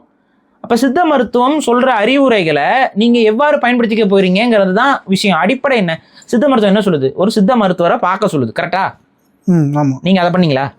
பண்ணல. அந்த பெண்மணி பண்ணல. சித்த மருத்துவம் சொல்ற அடிப்படையவே நீங்க பண்ணல. அவங்க எப்படி மருந்து தயாரிக்கிறாங்கன்னு அந்த காலத்துல சித்தர்கள்லாம் காட்டுக்குள்ள போயிட்டு இரவு நேரங்கள் பகல் நேரங்கள்லாம் காடு மேடு நனைஞ்சு மூலிகை சாறுகளை எடுத்து ஆய்வு செஞ்சு கண்டுபிடிச்சாங்கன்னு சொன்னா, காட்டுக்குள்ள போய் நான் செடியெல்லாம் சாப்பிட்டா சரியா போயிடும் நீங்க நம்பினா அது யாருடைய மூடத்தனம்? அந்த மாதிரி பண்ணக்கூடாது. அந்த மாதிரி பண்ணாதீங்க தயவு செஞ்சு. ஒரு முறையான மருத்துவர். ஆனால் அதுக்கு தான் நான் பல காணொலிகளையும் அதை நான் திரும்ப திரும்ப சொல்றேன். சித்தா பிராக்டிஷனர்ஸ் யாரு, அந்த மருத்துவ முறை என்ன, அது அங்கீகரிக்கப்பட்ட மருத்துவ முறை.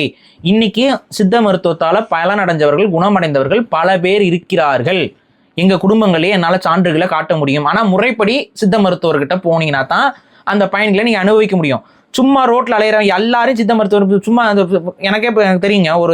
ஒரு பத்திரிகையாளர் லேகியம் வித்துட்டு இருந்தாரு. இன்னைக்கு வந்து லேகியம் வைக்கிற மாதிரி ஒரு திராவிடம் வித்துட்டு இருக்காரு. புரியுதா? கூவி லேகியம் வைப்பாரு. அது ஆண்மை வீரியத்துக்கான லேகியம் வித்துட்டு இருந்தா ஒரு சிட்டிக்குருவி லேகியம் வித்த ஒரு நபர். இன்னைக்கு ஊடகவியலாளர் மாறி நிற்கிறாரு. இந்த மாதிரி ஏமாத்து பேர்வழிகள் அவங்களுக்கு தேவைன்னா வியாபாரியா மூலிகை வியாபாரியா இருப்பான், அடுத்து அவனுக்கு ஒரு தேவைன்னா வந்துட்டு அவங்க அந்த வியாபாரத்தை மாற்றிட்டு போயிடுவாங்க, ஊடகவியலாளர்ன்றவாங்க, அடுத்து ஒன்றா கட்சிக்காரன்றவாங்க, ஏன்னா போயிடுவாங்க. மனசுல வச்சுக்கோங்க, அவங்க ஏமாத்துக்காரங்க. அதே போல எல்லா துறையிலும் ஏமாத்துக்காரங்க இருக்கிறாங்க. அலோபதி மருத்துவத்திலையும் ஏமாத்துக்காரங்க தங்களை போலி டாக்டர்கள் அப்பப்ப கைது பண்றதை நம்ம பார்த்துக்கிட்டு தான் இருக்கோம். அப்ப கைது ஆகிற வரைக்கும் அவன் என்ன பிரிஸ்கிரைப் பண்ணிட்டு இருப்பான்? அவன் ஒரு பேசிக்கா கூகுள் இதெல்லாம் பார்த்துக்கிட்டு இது இந்த மருந்து இதுக்குன்னு தெரிஞ்சு அவன் துரதிருஷ்டவசமா என்னைக்காவது ஒரு நாள் தவறான பிரிஸ்கிரிப்ஷன் கொடுத்து சாவான், மாட்டுவான். ஆனா அது வரைக்கும் அவன் பண்ணிட்டு தானே இருந்தான். இந்த மாதிரி நிறைய பேர் பண்ணிட்டு தானே இருக்காங்க, இந்தியாவிலேயும் நடந்துட்டு தானே இருக்கு. அப்ப இதை நீங்க ஒழுங்குபடுத்துங்க. இந்த மாதிரி போலி மருத்துவர்களை நீங்க கைது பண்ணுங்க, நடவடிக்கை எடுங்க. ஆனா அதை விட்டுட்டு சித்த மருத்துவமே போலிங்கிற மாதிரி தொடர்ச்சியா ஒரு வன்ம பிரச்சாரத்தில் ஈடுபடுறத வந்து தமிழ் தேசியவாதிகள் ஏற்றுக்கொள்ள முடியாது, தமிழர்கள் ஏற்றுக்கொள்ள கூடாது. அதே போல ஒரு பாதிப்பு எந்த பிரிஸ்கிரிப்ஷன் இல்லாம எந்த வித கைடன்ஸ் இல்லாம ஒரு பொண்ணு அறியாமையில அவங்களா அந்த மருந்தை உற்பத்தி பண்ணி அது வெங்காரத்தை அவங்க சாப்பிட்டுருக்காங்க. பற்பமா சாப்பிடலாமா, வெங்காரத்தை சாப்பிடலாம்? அதுவும் பற்பமானாலும் ஒரு அளவு இருக்கு. அந்த அளவு அதான் சொல்லல, மில்லிகிராம்ங்கிறது மில்லிகிராம் எவ்வளவு இருக்கும் நீங்க கொஞ்சம் யோசிச்சு பாருங்க. ரொம்ப கம்மி. அதை நீங்க கையில கூட எடுக்க முடியாது. அதுக்குன்னு ஒரு சின்ன சிட்டிகை மாதிரி இருக்கும், அதுல எடுத்து தான் அந்த மில்லிகிராம் எல்லாம் பார்க்க முடியும். அவங்க எந்த அளவு எடுத்தாங்க, எவ்வளவு சாப்பிட்டாங்க, ஒன்றும் தெரியல. அவங்க வாட்டை எடுத்து அப்படியே சாப்பிட்றதுங்கிறதெல்லாம் நம்ம தயவு செஞ்சு பண்ணாதீங்க. அது அந்த ஒரு அடிப்படையே. அதுக்கப்புறம் உடல் எடை அதிகமாக இருக்குது, உடல் எடை கம்மியாக இருக்குது, இதெல்லாத்தையும் மனசில் வச்சுக்கிட்டு வந்து எதுவுமே நடக்க போகிறதில்ல. நல்லா குண்டா இருக்கவன் ஒரு நாள் ஒல்லியாகிறான், நல்லா ஒல்லியாக இருக்கவன் திடீர்னு குண்டாகிறான். இதெல்லாம் வந்து சும்மா சாதாரண விஷயங்கள்.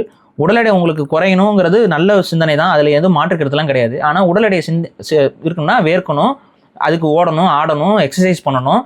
ரெண்டாவது உணவு எடுத்துக்கிறதுல சரியான ஒரு ஒழுங்குமுறையை கடைபிடிக்கணும். அதான் கேலரி டெஃபிஷியன்ட் டயட்னு சொல்லுவாங்க. அதை வந்து உணவு எடுத்துக்கொள்கிற இதில் அது நம்மளால கட்டுப்பாடு இல்லை. இன்னைக்கு நம்ம ஒரு இடத்துக்கு போகிறோம், டக்குன்னு ஒரு வீட்டுக்கு போனாங்கன்னா வந்துட்டு உடனே காஃபி கொடுப்பாங்க. நம்ம ஆட்கள் வரும்போது அவங்களுக்கு ஏதாவது வாங்கி கொடுக்கும்போது நம்ம சாப்பிடாம இருக்க முடியாது, நம்மளும் சாப்பிடணும். அப்போ அது நம்மளுடைய கவனக்குறைவால் அது கொஞ்சம் மாறிடுது. அந்த இதில் நீங்கள் ஸ்ட்ரிக்டாக இருந்து பாருங்கள், உடம்பு ஏறாது. தெருவில் எங்கே போனாலும் சிக்கன் ஃப்ரைட் ரைஸ், சிக்கன் 65 ஃபுல்லாக சிக்கன் ஐட்டம் தான். அது சாப்பிட்டுக்கிட்டே இருந்தால் அப்படி தான். சிக்கன் ஐட்டம் மட்டும் இல்லை, நீங்கள் பன்னீர் சாப்பிட்டீங்கனாலும் ஆகும். புரியுதா? இது வந்து ஃபாஸ்ட் ஃபுட்டுங்கிறதுல மட்டுமே இல்லை. ஃபாஸ்ட் ஃபுட்டு அது ஒரு மிக முக்கிய காரணமாக இருக்குது. சுகர் பேஸ்டு உணவு நம்ம இன்னைக்கு அதிகமாக எடுத்துக்கிறோம், இனிப்பான உணவுகளை நம்ம இன்னைக்கு அதிகமாக எடுத்துக்கிறோம். அது நம்ம அறியாமையிலேயே இருக்கிற 1000 பிரச்சனையில ஏதாவது கொஞ்சம் இனிப்பு சாப்பிட்டோம்னா கொஞ்சம் அந்த டோப்பமைன் கிடைக்குதுல்ல, அது இனிப்பை சாப்பிட்டோன்னே உங்களுக்கு வந்து மூளையில் வந்து இந்த டோப்பமைன் சுரக்கும். அது ஒரு சந்தோஷத்துக்கான வெற்றிக்கான ஒரு அடையாளமாக இனிப்பு. அதனால தான் அந்த காலத்தில் வெற்றி பெற்றவர்களுக்கு இனிப்பு கொடுக்கறது அதெல்லாம் வந்து அதுக்காக உருவான விஷயங்கள் தான். சந்தோஷமா இருக்கிற நாள் அன்னைக்கு இனிப்பு பண்டம். ஏன் பொங்கல் நம்ம செய்யறோம்? அன்னைக்கு வந்து ஒரு காலத்துல தமிழர்கள் பொங்கல் அன்னைக்கு தான் செஞ்சிருப்பாங்க, புரியுதா? ஆனா இன்னைக்கு நம்ம எல்லா நாளும் ஸ்வீட் சாப்பிட்றோம். அன்னைக்கு வந்து பலகாரங்கள் இதெல்லாம் இதெல்லாம் சாப்பிட்டுருக்க மாட்டாங்க. இன்னைக்காவது ஒரு நாள் செய்வாங்க, தீபாவளிக்கோ பொங்கலுக்கோ. ஆனால் பலகாரம் செய்யறது அப்படின்னா என்னன்னா, அன்னைக்கு சந்தோஷமான அந்த மகிழ்ச்சியான நாளில் நம்ம மகிழ்ச்சியான இனிப்புகளை சாப்பிட்றோம். இனிப்புங்கிறது ஈக்குவல் டு மகிழ்ச்சி. ஏன்னா இனிப்பை சாப்பிடும்போது நமக்கு அந்த ஒரு மகிழ்ச்சியை வந்து உருவாக்கக்கூடிய தன்மை வந்து மூளையில சுரக்குது. வேற உணவுக்கு அது சுரக்காது. அந்த இனிப்புக்கு அந்த சுரப்பு இருக்கு. அப்போ அதை வந்து நம்ம முன்னோர்கள் உணர்ந்தனால ஸோ மகிழ்ச்சி இன்னும் கொஞ்சம் அதிகரிக்கிறதுக்கு அது எக்ஸ்ட்ரா இனிப்பு பண்டங்கள் சாப்பிட்றதுங்கிறது வழக்கம். இன்னைக்கு எல்லா நாளும் நம்ம இனிப்பு சாப்பிட்றோம், சாப்பிட்ட உடனே எல்லா நாளும் இனிப்பு சாப்பிட்றோம். இது மாதிரி நம்ம அதே போல இந்த வாழை இலை சாப்பிட்றது இருக்குல்ல, வாழை இலையில போட்டு பந்தியில உட்காந்து நம்ம சாப்பிட்றோம்ல, இது என்னைக்காவது நடக்கும் அன்னைக்கு, புரியுதா? எல்லா நாளும் நம்ம சாப்பிடல, அப்படி எப்பயோ ஒரு நாள் சாப்பிட்ற ஒரு உணவு. ஆனா இன்னைக்கு நம்ம எப்படி சாப்பிட்றோம்? எந்த ஹோட்டல்ல வாழையில தான், வாழையில விருந்து தான், அது விருந்து. அந்த விருந்துங்கிறத இன்னைக்கு கடந்து நம்ம என்ன பண்றோம்? அதுதான் நம்மளோட நார்மல் டயட்டுங்கிற மாதிரி மாத்திட்டோமா? அரிசி சோறு எல்லா நாளும் நம்ம சாப்பிட்றது இல்லை. அப்படியே சாப்பிட்டாலும் பழைய சோறா மாத்தி சாப்பிடுவாங்க. பழைய சோறா சாப்பிடும்போது அதுல இருக்கிற எஃபெக்டே வேற. அதுல இன்னும் அதிகமா பயோ அவைலபிலிட்டி இன்க்ரீஸ் ஆகுது. அதுவும் நமக்கு ரொம்ப உடம்புக்கு நல்லது. காலையில ஏஞ்ச உடனே பழைய அது ரொம்ப கம்மியான அளவு சோறு வச்சு அதுல ரொம்ப கம்மியா சாப்பிட்டுட்டு பழைய சோறா மாத்தி அதை நம்ம சாப்பிடும் பொழுது நம்ம உடம்புக்கு ரொம்ப நல்லது. அதை நம்ம சாப்பிட்டுட்டு இருந்தோம், இன்னைக்கு குறைஞ்சிருச்சு. காலையில இட்லி தோசை. நான் என்ன சொல்றேன்னா, இந்த மாதிரியான உணவு பழக்க வழக்கங்களை நம்ம தமிழர்களுக்குள்ளேயே நம்மளோட பாரம்பரிய உணவு பழக்கத்துக்குள்ள நம்ம இல்லை. அதனாலதான் நமக்கு அந்த ஒபிசிட்டி இந்த மாதிரியான விஷயங்கள்லாம் நம்ம பாதிப்புக்குள்ளாரோம். நம்ம பாரம்பரிய உணவு பழக்கத்துல இருந்தோம்னாவே அது ஆகாது. சிறுதானியங்கள் தான் நம்மளோட உணவுல அதிகரிச்சிருந்தது. இந்த சிறுதானியங்கள்ல வந்து ஏன் அப்படின்னா அது உடனே செரிக்காது. சிறுதானியங்கள்ல இருக்க ப்ளஸ் பாயிண்ட் என்னன்னா, அரிசி மாதிரி இல்லை. அது அரிசியுமே நீங்க வந்து முறையான அரிசியாக நீங்கள் சாப்பிட்றது இல்லை. பாலிஷ் பண்ணி நீங்கள் பாலிஷ் பண்ணி சாப்பிட்றதுனால அதில் இருக்க ஃபைபர் எல்லாத்தையும் நீங்கள் இழந்துடுறீங்க. இந்த மாதிரி 1000 பிரச்சனை இருக்குது. ஸோ உண்மையாகவே உடல் இழைக்கணுமா, நான் சொல்கிறத ஃபாலோ பண்ணுங்கள். ஒன்றும் இல்லை, சாப்பிட்ற அரிசியை வந்து பாலிஷ் பண்ண அரிசி சாப்பிடாதீங்க. அவ்வளோதான். புரியுதா? நீங்கள் வந்து ப்ரௌன் ரைஸ்ன்னு சொல்லக்கூடிய பாலிஷ் செய்யப்படாத அரிசியை வாங்கி சாப்பிடுங்க. அதில் ஃபைப்ரஸ் கண்டென்ட் அதிகமாக இருக்கும். சாப்பிட்றதும் உங்களால் அதிகமாக சாப்பிட முடியாது. நீங்கள் நார்மல் வெள்ளை அரிசி சாப்பிட்ற மாதிரி உங்களால் வந்து அந்த ப்ரௌன் ரைஸை சாப்பிட முடியாது. இவ்வளோ சாப்பிட்டா பெருசு, வயிறு அடைச்ச மாதிரி ஆயிரும். ஸோ அதனால இவ்வளோ தான் சாப்பிடுவீங்க. காய்கறிகளை அதிகமாக சேர்த்துக்கோங்க. நான்வெஜ்ஜும் கூட நீங்கள் அதிகமாக சாப்பிடலாம், தப்பு கிடையாது. ஆனால் இதை சாப்பிடும்போது அந்த கேலரிஸ் இதில் வந்து எண்ணெய் வந்து முடிந்தவரை இந்த ரீஃபைண்ட் ஆயிலு இந்த மாதிரி ப்ராசஸ்டு எண்ணெய்களை தவிர்த்துருங்க. சாமானியமாக மரச்செக்கில் ஆட்டின எண்ணெய்களை சாப்பிடுங்க. அதில் கொழுப்பு அதிகமாக இருந்தாலும் அது வந்து உடம்புக்கு ஒன்றும் பெரிய கெடுதியை உருவாக்கிறாது. குறைந்த அளவு எண்ணெய் போட்டு சமைக்க கற்றுக்கொள்ளுங்கள் முடிஞ்ச வரைக்கும். ஏன்னா அன்னைக்கெல்லாம் வந்து பார்த்தீங்கன்னா எண்ணெயெல்லாம் அதிகமாகலாம் நம்ம போட்டு பயன்படுத்த மாட்டோம், ரொம்ப கம்மியாக தான். ஏன்னா எண்ணெயோட விலை வந்து அன்னைக்கு வந்து அவ்வளோ அதிகம். இன்னைக்கு வந்து ஏன் எல்லாரும் எண்ணெய் அதிகமாக ஊற்றி அந்த ஜோதிகா வந்து ஒரு பூரியை போடுறதுக்கு அவ்வளோ எண்ணெய் ஊற்றுவாங்க பார்த்தீங்களா? அது காரணம் என்ன அப்படின்னா ரீஃபைண்ட் ஆயில். அது ஒரு பெட்ரோலியம் பை ப்ராடக்ட். பெட்ரோல் எடுக்கிறதுல மிச்சமாகிற மினரல் ஆயில் எடுத்து அது கூட எசன்ஸை கலந்து வாசனையை கலந்து வித்துக்கிட்டு இருக்கானுங்க ஏமாத்து பைப்புள்ளைங்க. நீங்களே வேணா இந்த ரீஃபைண்ட் ஆயிலுக்கு பின்னாடிலாம் பாருங்க, மினரல் ஆயில்னே போட்டிருப்பாங்க அதில். ஸோ இதெல்லாம் பயன்படுத்தாதீங்க, இதெல்லாம் தூக்கி ஓர வச்சிருங்க. சிலர் வந்து பாம் ஆயிலை வந்து அதிகமாக பயன்படுத்துவாங்க. பாம் ஆயிலும் வந்து நம்ம உடம்புக்கு அந்த அளவுக்கு நன்மை தரக்கூடிய ஆயில் கிடையாது. ஸோ பாம் ஆயிலையும் பயன்படுத்தாதீங்க.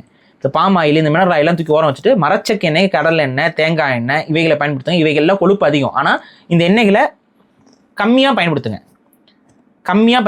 நீங்கள் அப்போ பண்ணும் பொழுது தான் உங்களுக்கு வந்து ஆரோக்கியமான உணவு நீங்கள் சாப்பிட ஆரம்பிக்கிறீங்கன்னு அர்த்தம். அது போக பசிச்சா உணவு உண்ணுங்க, பசிக்காமல் சாப்பிடாதீங்க. இவைகளை நீங்கள் முறைப்படி பண்ணிட்டு இயல்பான உடல் பயிற்சி, இயல்பான வேலைகள், இயல்பான இவைகளை செய்யும் பொழுது உங்களுக்கு படிப்படியாக வந்து உடல் எடை குறைஞ்சிரும். இதை மனசில் வச்சுக்கோங்க, வேற எதுவும் பண்ணாதீங்க. சரிங்கண்ணா. இப்போ வந்து மக்கள் வந்து கொந்தளிக்கிறாங்க, அவங்கள்ட்ட நீங்கள் என்ன சொல்ல வரீங்க? மக்கள்லாம் கொந்தளிக்கல, ஊடகங்கள் தான் கொந்தளிக்குது. நீங்கள் அந்த கொந்தளிக்கிற ஊடகங்களுடைய பதிவுக்கு கீழேயே போய் பாருங்க, பெரும்பான்மையான மக்கள் சித்த மருத்துவத்துக்கு ஆதரவாக தான் கமெண்ட் பண்ணியிருக்காங்க. ஏன்னா சித்த மருத்துவத்தால பயனடைகிறவங்க எத்தனையோ பேர் இருக்கிறாங்க இன்னைக்கு.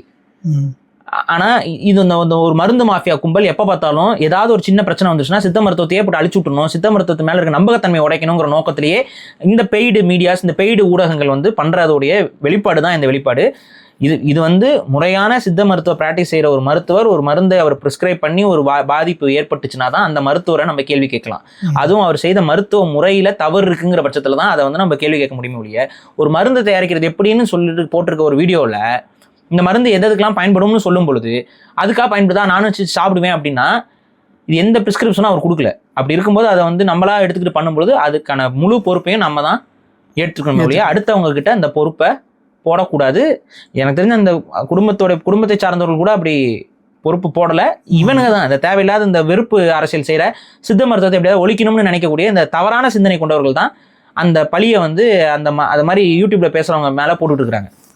புரியுதா?